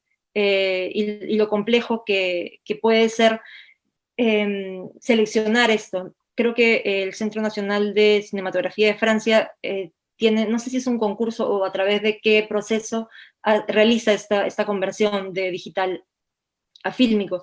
Pero bueno, todos somos conscientes de las limitaciones que eso puede tener. Gracias. Ya tenemos algunas preguntas, pero antes de comenzar con las preguntas de los espectadores, tengo una más yo. Que quizás tiene dos lados, ¿no? Estaba hablando Pieremil hace un momento de las máquinas en su presentación. Y algo que muchas veces no se toma en cuenta es que no solamente se puede perder el producto, ¿no? Sino también la máquina que lee el producto. ¿Qué pasa cuando esas máquinas desaparecen? Ya no se producen, ya no se puede actualizar, ¿no? Y eso quizás está más cercano al archivo en cinta magnética, ¿no? Entonces, hay varios archivos acá en el Perú en cintas 3/4, y creo que hay muy pocos espacios que puedan digitalizar estas cintas. Yo no sé si Elisa también ha pasado por esa experiencia con el proyecto Maliata. Quizás nos podría contar un poco al respecto sobre ese punto. Pero también quería hablar sobre el tema de la precariedad, ¿no? Vinculado a esto, ¿no? Veíamos las fotos en DAFO, ¿no? Y veíamos, pues, así el anaquel que se cae, todo mal doblado, ¿no? Y hace unas semanas, acá en la Biblioteca Nacional también, Carlos Chávez de la Filmoteca comentaba sobre la precariedad en que se encuentra la Filmoteca de la PUC. ¿Este es un mal común a todos los archivos? Pregunto a Gerardo. También en la Biblioteca Nacional hay cierta precariedad, sí, no. ¿Cómo ven ustedes este punto? Por un lado, la maquinaria, la importancia de la maquinaria para poder preservar ciertas obras, y por otro lado, quizás las limitaciones que tenemos tecnológicas, quizás por presupuesto, para tener todo en el óptimo nivel, con la temperatura adecuada, en las condiciones adecuadas, ¿no? No sé si me podrían comentar al respecto. Bueno, comento algo breve.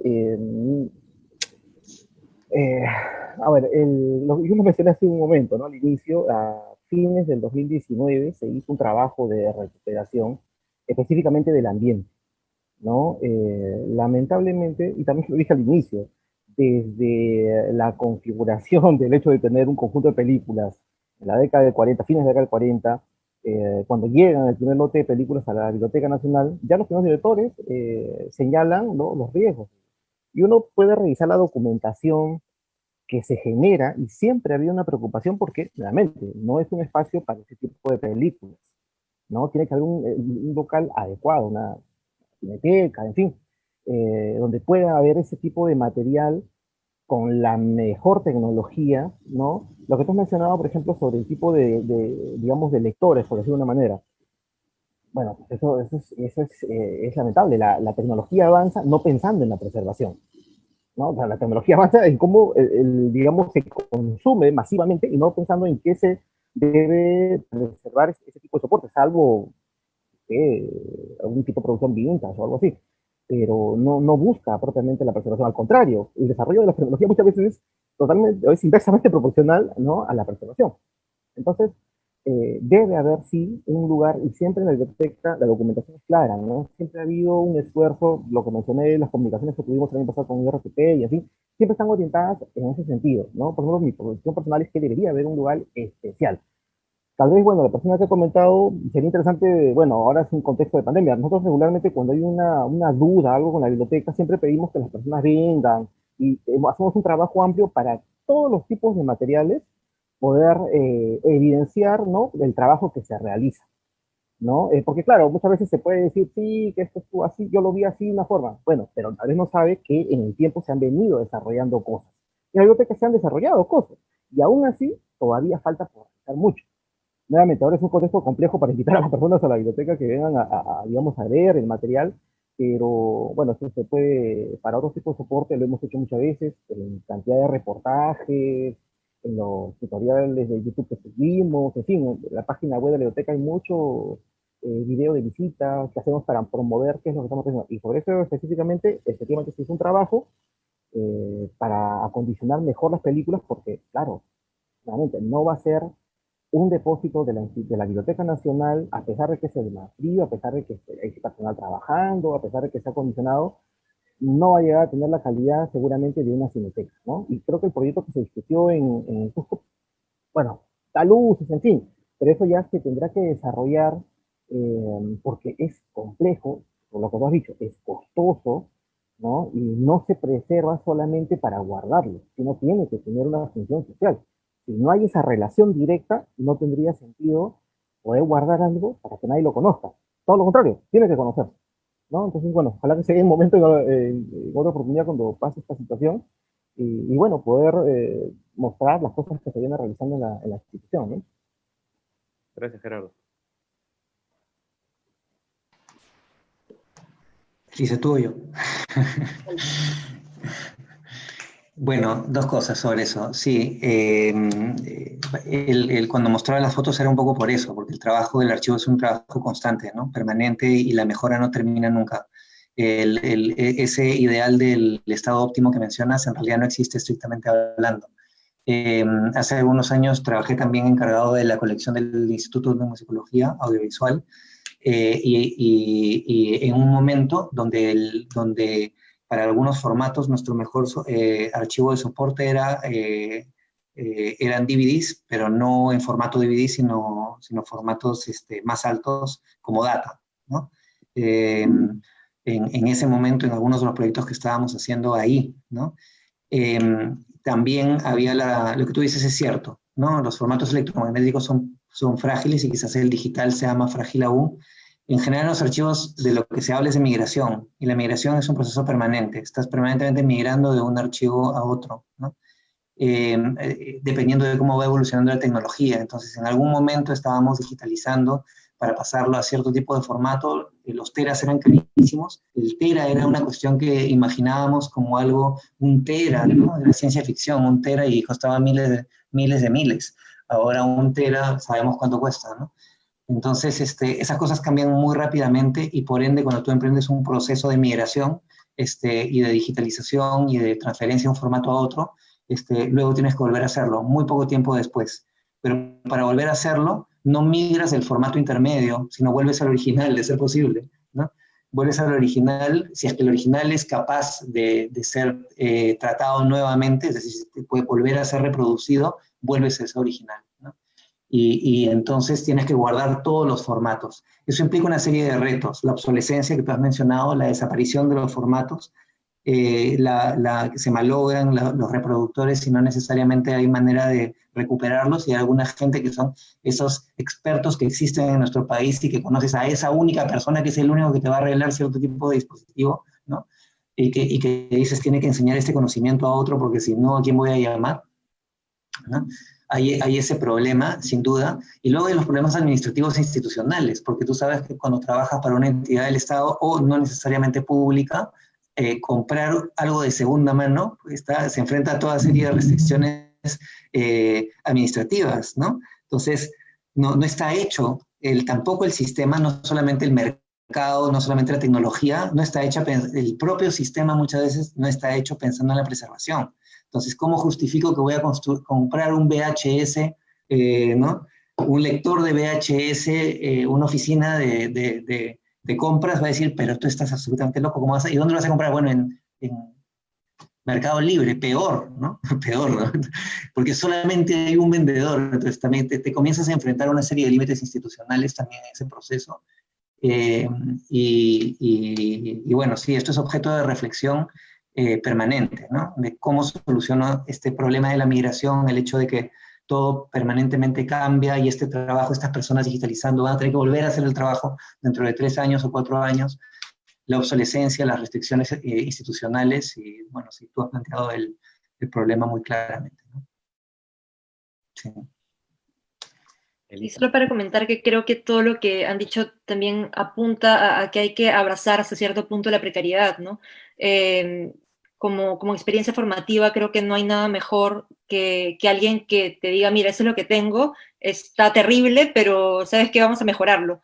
Y creo que hay mucho valor, mucho coraje en mostrar esos archivos desordenados y caóticos.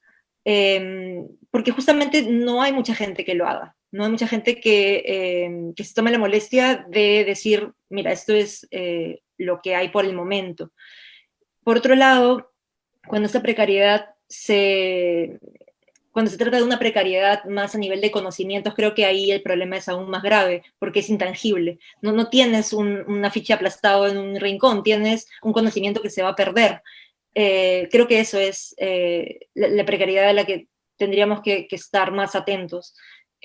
Pienso en las personas que nos han ayudado o han intentado arreglar nuestros equipos, el UMATE que tenemos ahí en ATA. No hay solución para eso. Y bueno, por más de que uno tenga las mejores intenciones, quizás ese equipo ya no sirva para nada. Sí, eso. Gracias. Algunas preguntas que han llegado, ¿no? Una sobre la Cinemateca. Está dirigida a Pierre-Emile, pero yo creo que la podríamos ampliar al resto de expositores, ¿no? Dice, en la actual ley de cine se habla de la creación de filmotecas con objetivo de difusión y preservación de obras. Sin embargo, en el reglamento prepublicado de tal ley no se menciona la Cinemateca Nacional. ¿Cómo se puede hacer un seguimiento a ello si no aparece tal documento? ¿De qué manera la DAFO garantizaría la creación de una Cinemateca Nacional como promesa del Bicentenario?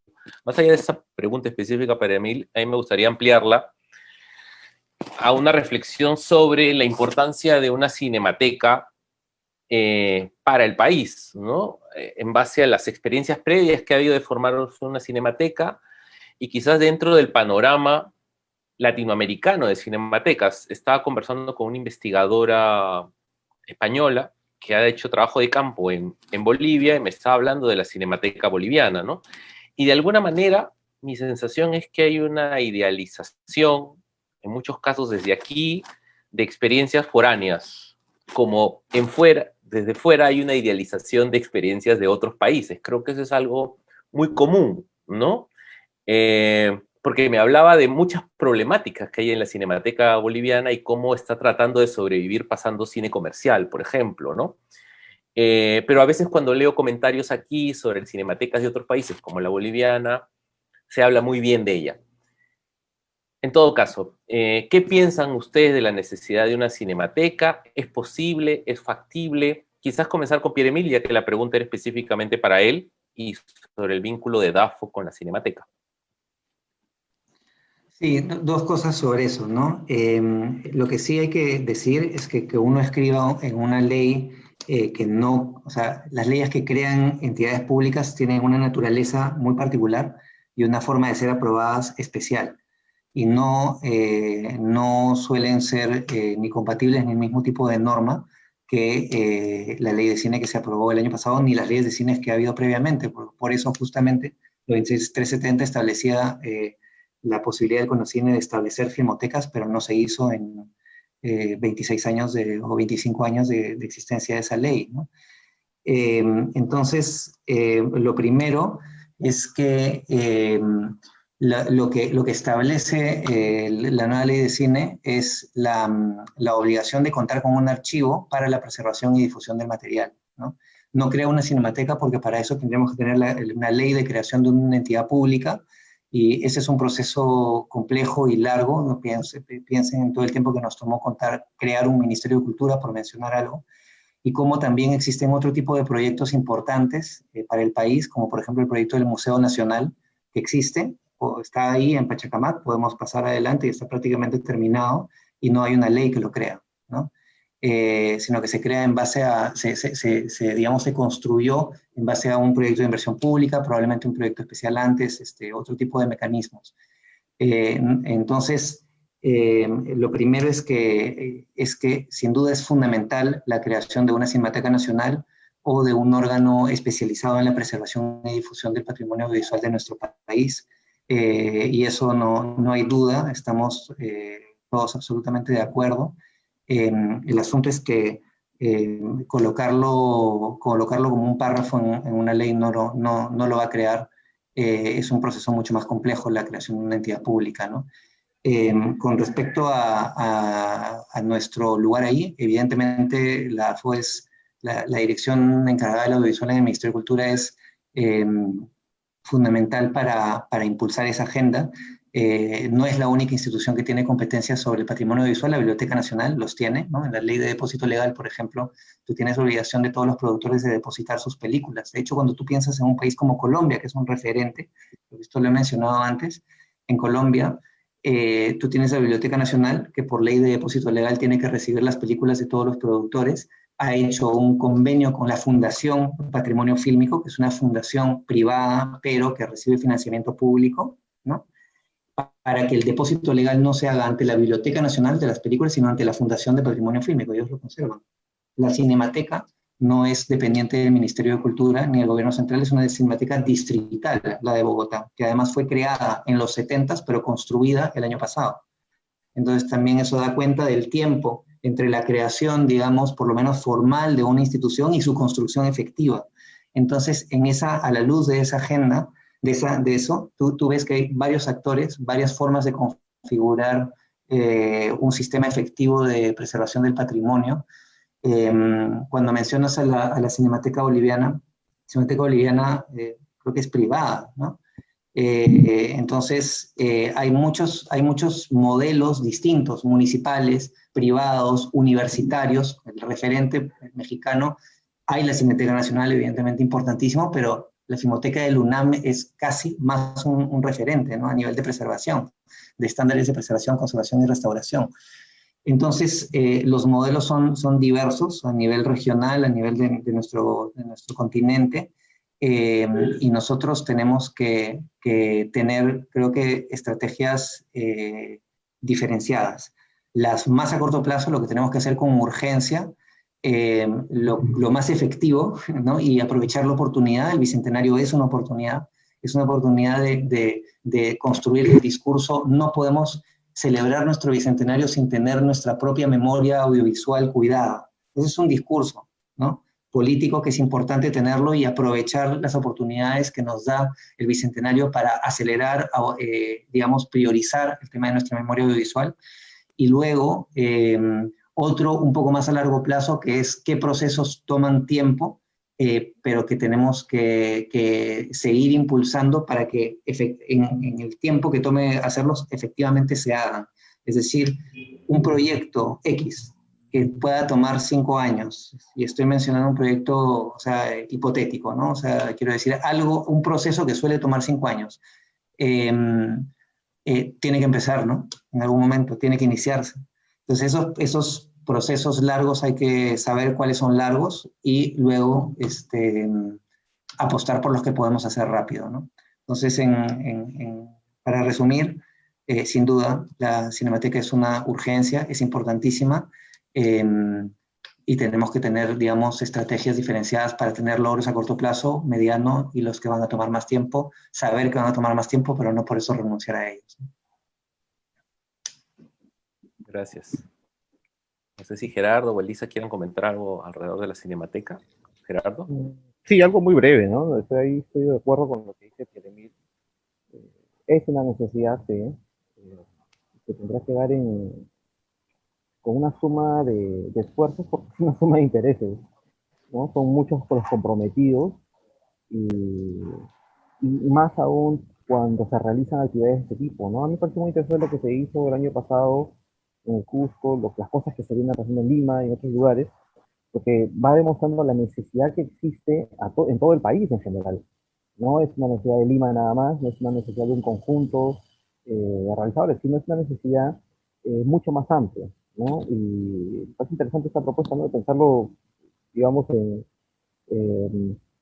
las diferentes formas que se puedan dar, ¿no? Pero finalmente creo que es algo a lo cual se debería apuntar, bueno, con el tiempo que se merite, ¿no? Una institución es difícil, es compleja, ¿no? De poder lograr, pero creo que debe ser como una especie de camino trazado, ¿no? Para poder llegar a ello y, bueno, y siempre y cuando sume, ¿no? Que sume a mayor cantidad de involucrados en el tema, ¿no?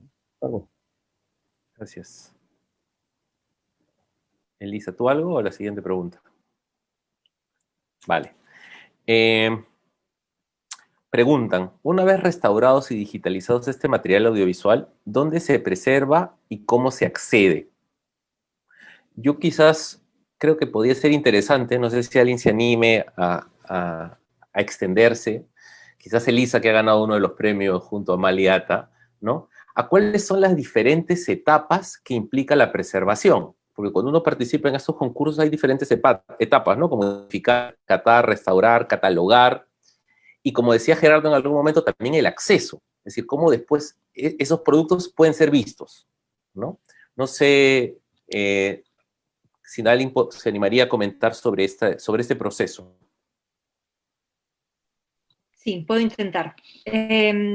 Lo que hicimos para el proyecto de Ata Mali fue primero identificar cuáles eran las colecciones, qué documentos habían, dónde estaban físicamente almacenados estos trabajos, y un poco diferenciar con qué material estábamos lidiando, ¿no? Teníamos una gran cantidad de objetos magnéticos, unos cuantos films y muchos archivos almacenados en USBs y discos duros. Entonces, finalmente comenzamos a catalogar los trabajos del Mali. Con ayuda de Wilbur Rebata, investigamos un poco qué documentos habían y fue ahí que descubrimos un poco contratos, todo el material que realmente no se tiene tanto en cuenta cuando llega una obra. O sea, no se tiene en cuenta, obviamente no desde la perspectiva de quienes trabajan en el Mali, pero como usuarios quizás no nos importa tanto ver los contratos, pero es crucial para entender, por ejemplo, un documento que envía una galería diciendo aquí va el USB con tal archivo. Eso ya te está dando una idea del tipo de acciones que vas a tener que desarrollar. En el caso de materiales digitales, la primera acción muy sencilla que llevamos a cabo fue copiar esos archivos en el disco duro que tenemos, que es un disco duro NAS conectado a una nube. Esto obviamente no viene sin problemas, ¿no? Hay una serie de medidas de seguridad que se tienen que tomar en cuenta, en particular cuando ha habido un proceso de compra de una obra. Pero era necesario tener un backup de estas obras, aparte del que ya existía en el museo. Es decir, tener cierta independencia para el proyecto y para que esto se mantenga en línea la mayor cantidad de tiempo posible. Con respecto a los soportes magnéticos, la mayor parte de ellos tenían una copia en digital que las galerías o los artistas directamente habían enviado. Entonces, por ese lado simplemente había que confirmar que las versiones eran las mismas, y eso no necesariamente es el caso. Nos dimos con algunas sorpresas, pero, y eso nos obligó también a repensar la forma como catalogamos versión 1, versión A, cómo llamamos estas múltiples versiones. Pero bueno, volviendo al objeto material, el Mali, por fortuna, tiene un espacio donde las obras magnéticas están a buen recaudo. Entonces, por ese lado no había tanto problema. Sin embargo, identificamos que algunas obras en soporte magnético sí presentaban algún defecto en su lectura. Entonces, en ese caso, hemos ido donde personas que en Lima han logrado solucionar nuestro problema. Y eso, nuevamente, la importancia de valorar el conocimiento y los equipos de estas personas es urgente, creo. Con respecto al fílmico, fue un poco más complejo, ciertamente, porque, como se ha mencionado en esta mesa y en muchos otros lugares, de momento no hay un servicio que se brinde de digitalización, digamos, de altos estándares, por así decirlo, ¿no? Que dé buena cuenta de la calidad de una película de 35 milímetros. Entonces, lo que hicimos fue enviarlos a Argentina. Obviamente también ahí hay un cálculo económico que hacer, ¿no? No necesariamente vamos a ir donde la empresa que nos ofrezca la mejor calidad, porque también tenemos limitaciones a nivel de presupuesto.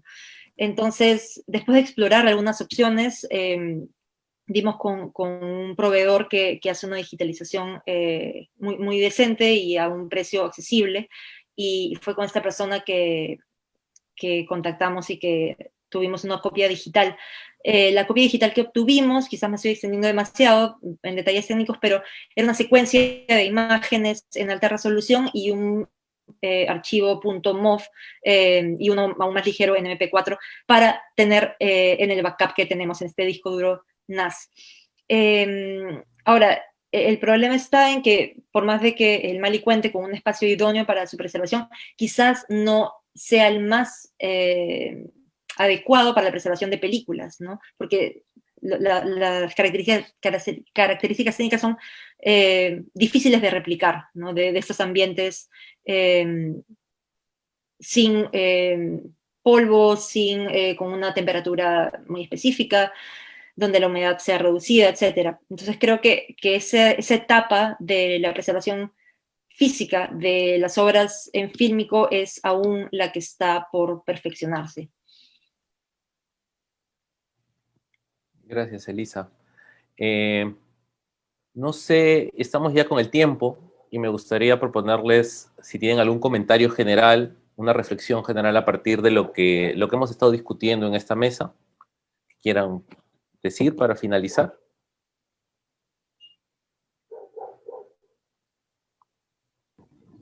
Bueno, empiezo, ¿verdad?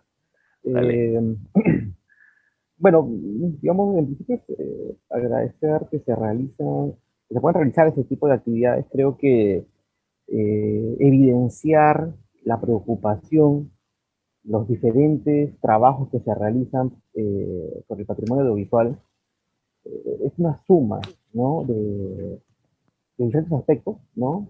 Sobre algo que debería ir poco a poco calando en la sociedad en general, ¿no? Hoy más que nunca la gente está más dispuesta, más presente al audiovisual, ¿no? Y te diría que está por encima de cualquier otro tipo de soporte de comunicación, ¿no? Pero no siempre esa relación, digamos, se soporta sobre las necesidades que hay para poder preservarla, para poder valorarla, ¿no? Para poder utilizarla, incluso para realizaciones, en fin. Entonces creo que el hecho de sumar esfuerzos y actividades como esta orientan y ayudan, ¿no? A tener cada vez ponerlo más en la palestra, presente, ¿no? El hecho de reflexionar, pensar, de lo que he dicho en un inicio, ¿no? De todos los involucrados en este tipo de, digamos, de patrimonio totalmente, ¿no? Así que me quedo con lo que se ha comentado hoy día, en estos días, en diferentes actividades, como una suma de intereses y preocupaciones que se hace y que evidencia, ¿no? Es un tema totalmente social presente y vivo. Sí, yo creo que quizás con lo que terminaría es que a mí me parece que es realmente una aventura de redescubrimiento de nuestra propia historia, todo lo que podemos encontrar si recuperamos nuestra memoria audiovisual. Personalmente me genera una emoción grande, una curiosidad gigantesca pensar que podamos tener de alguna manera, pues, tan simplemente la historia registrada en imagen de movimiento política del siglo XX, por ejemplo, por decir algo, ¿no? Y los grandes eventos políticos que sin duda han sido filmados, ¿no? Digamos, concentraciones de personas, movimientos sociales, etcétera, ¿no? A lo largo de las primeras 5 décadas, por decir algo, del siglo XX, que sin duda hubo cámaras ahí filmándolas, y que sin embargo no conocemos esas imágenes, no las hemos visto. Hemos visto documentales como La Revolución en la Tierra, y era un descubrimiento de una década muy reciente, ¿no? Los 70s, pero de muchas imágenes que para muchos era un descubrimiento de esas imágenes, ¿no? Entonces, creo que para empezar es eso, ¿no? Creo que hay que compartir, y parte de la producción contemporánea que está haciendo uso del archivo, lo que permite es compartir un entusiasmo por el redescubrimiento de esas imágenes de nuestro pasado en los últimos 100 años y más, ¿no? Y eso es algo que hay que comunicar, compartir y motivar. Y este entusiasmo puede ser un entusiasmo para los investigadores, para los y las estudiantes, para creadores y creadoras, y para el público en general. Eso es lo primero. Lo segundo es que la falta de reconocimiento y de valor que se le ha dado al patrimonio audiovisual ha sido evidentemente por parte de una ausencia de políticas públicas específicas vinculadas al patrimonio audiovisual, pero también de prácticas. Por ejemplo, la práctica de los canales de televisión de grabar encima de cintas antiguas, ¿no? Que sabemos que es una práctica muy frecuente, ¿no? Y que por ende valorar la propia videoteca, ¿no? De los medios de comunicación, cuántas cosas importantes para nuestra memoria audiovisual estaban colocadas ahí, o las colecciones. Se sabe o se suele decir que muchas veces los herederos son malos custodios de las colecciones de sus padres y de sus abuelos. No siempre. A veces siempre hay uno que es un excelente custodio, pero a veces no. Está ahí en el desván como algo olvidado, ¿no? Y entonces hay una responsabilidad de los archivos familiares, individuales, institucionales, empresariales y evidentemente públicos que hay que asumir colectivamente, ¿no? Diría que eso, ¿no? O sea, primero quizás mencionar algo positivo. Tenemos que construir un entusiasmo colectivo por la recuperación de nuestra memoria audiovisual. Ya hay personas apasionadas que tienen ese entusiasmo, y creo que cuando vemos su trabajo nos lo comunican, y luego el lado de la responsabilidad colectiva, más allá del entusiasmo. Me dejan con poco que decir, pero creo que tienen toda la razón en señalar la responsabilidad y la importancia de para quién estamos haciendo todo esto, ¿no? ¿Quién va a ver esas imágenes? No solamente las generaciones a futuro, sino nosotros mismos. ¿Qué podemos descubrir en el archivo de otro? Creo que si con algo me quedo de la experiencia de pasar por este proyecto de EPA, y en general por el interés que tengo en esto, es las redes que se pueden tejer. Creo que espacios de trabajo, espacios de trabajo que se vuelven espacios de camaradería también. Creo que esa es una experiencia humana invaluable, y estos conversatorios creo que nos dejan también con esa energía y con ese deseo de seguir trabajando para esto. Pero también recomendaría reuniones también de trabajo, ¿no? Sentémonos a sistematizar lo que hemos encontrado en nuestros propios archivos, qué hemos usado, qué no hemos usado, por qué. En ese sentido valoro muchísimo las reuniones que se organizaron dentro de la maestría de Antropología Visual. Creo que para todos quienes recibimos fondos en el 2018, esas reuniones fueron un espacio donde volcar nuestras inquietudes, donde hablar un poco sin ningún tipo de filtro de todo lo que hemos encontrado y todos los problemas que también a los que nos estamos enfrentando. y espero que de tener una cinemateca pronto, obviamente todos la queremos, también se incluyan todas esas voces que muchos de nosotros no somos preservadores profesionales, no hemos recibido una formación específica en esto, pero en la práctica hemos adquirido algún tipo de conocimiento y creo que, y espero también que sea de utilidad para el futuro.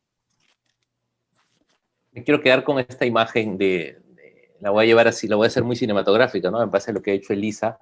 No somos preservadores profesionales, yo creo que somos una especie de Indiana Jones, ¿no? Del archivo fílmico peruano, ¿no? Yo me imagino así que estamos buscando entre maleza y encontramos una película única que no sabíamos ni que existía, porque es la sensación que me queda conversando con, por ejemplo, con Lorena Best, ¿no? O con Viola, que estamos haciendo este trabajo de investigación, o con Verónica Boyo, es decir, proyectos que han ganado y a partir de este fondo han comenzado a investigar, a viajar, y estamos encontrando piezas, pues, joyas de la cinematografía que muchas personas piensan que están desaparecidas, que no existen, y en eso aparece una copia de la nada, ¿no? Entonces, yo creo que es importante cómo se están sumando todas estas iniciativas, ¿no? Como decía Elisa, el Grupo de Investigación en Antropología Visual, de la Biblioteca Nacional, de DAFO, la Municipalidad de Lima, que también ha estado organizando mesas este mes, y creo que todo ayuda a seguir sumando, ¿no? Y un poco con lo que decíamos al inicio sobre este boom que se está viviendo, que esperamos que no sea solo un boom, sino algo que se mantenga y que siga creciendo y que se vaya cristalizando también en investigaciones, en más publicaciones, en más películas que usen archivo, en mayor visibilidad, en mayor acceso a estos archivos, ¿no? Yo creo que todo eso es importante. Bueno, agradecer a los ponentes, Elisa, Pierre-Emile, Gerardo, por participar en el conversatorio y al público por seguir la transmisión, y les invitamos a todas y todos a seguir la programación de las actividades culturales de la Biblioteca Nacional del Perú a través de sus redes sociales. Hasta una próxima oportunidad. Muchas gracias. Adiós.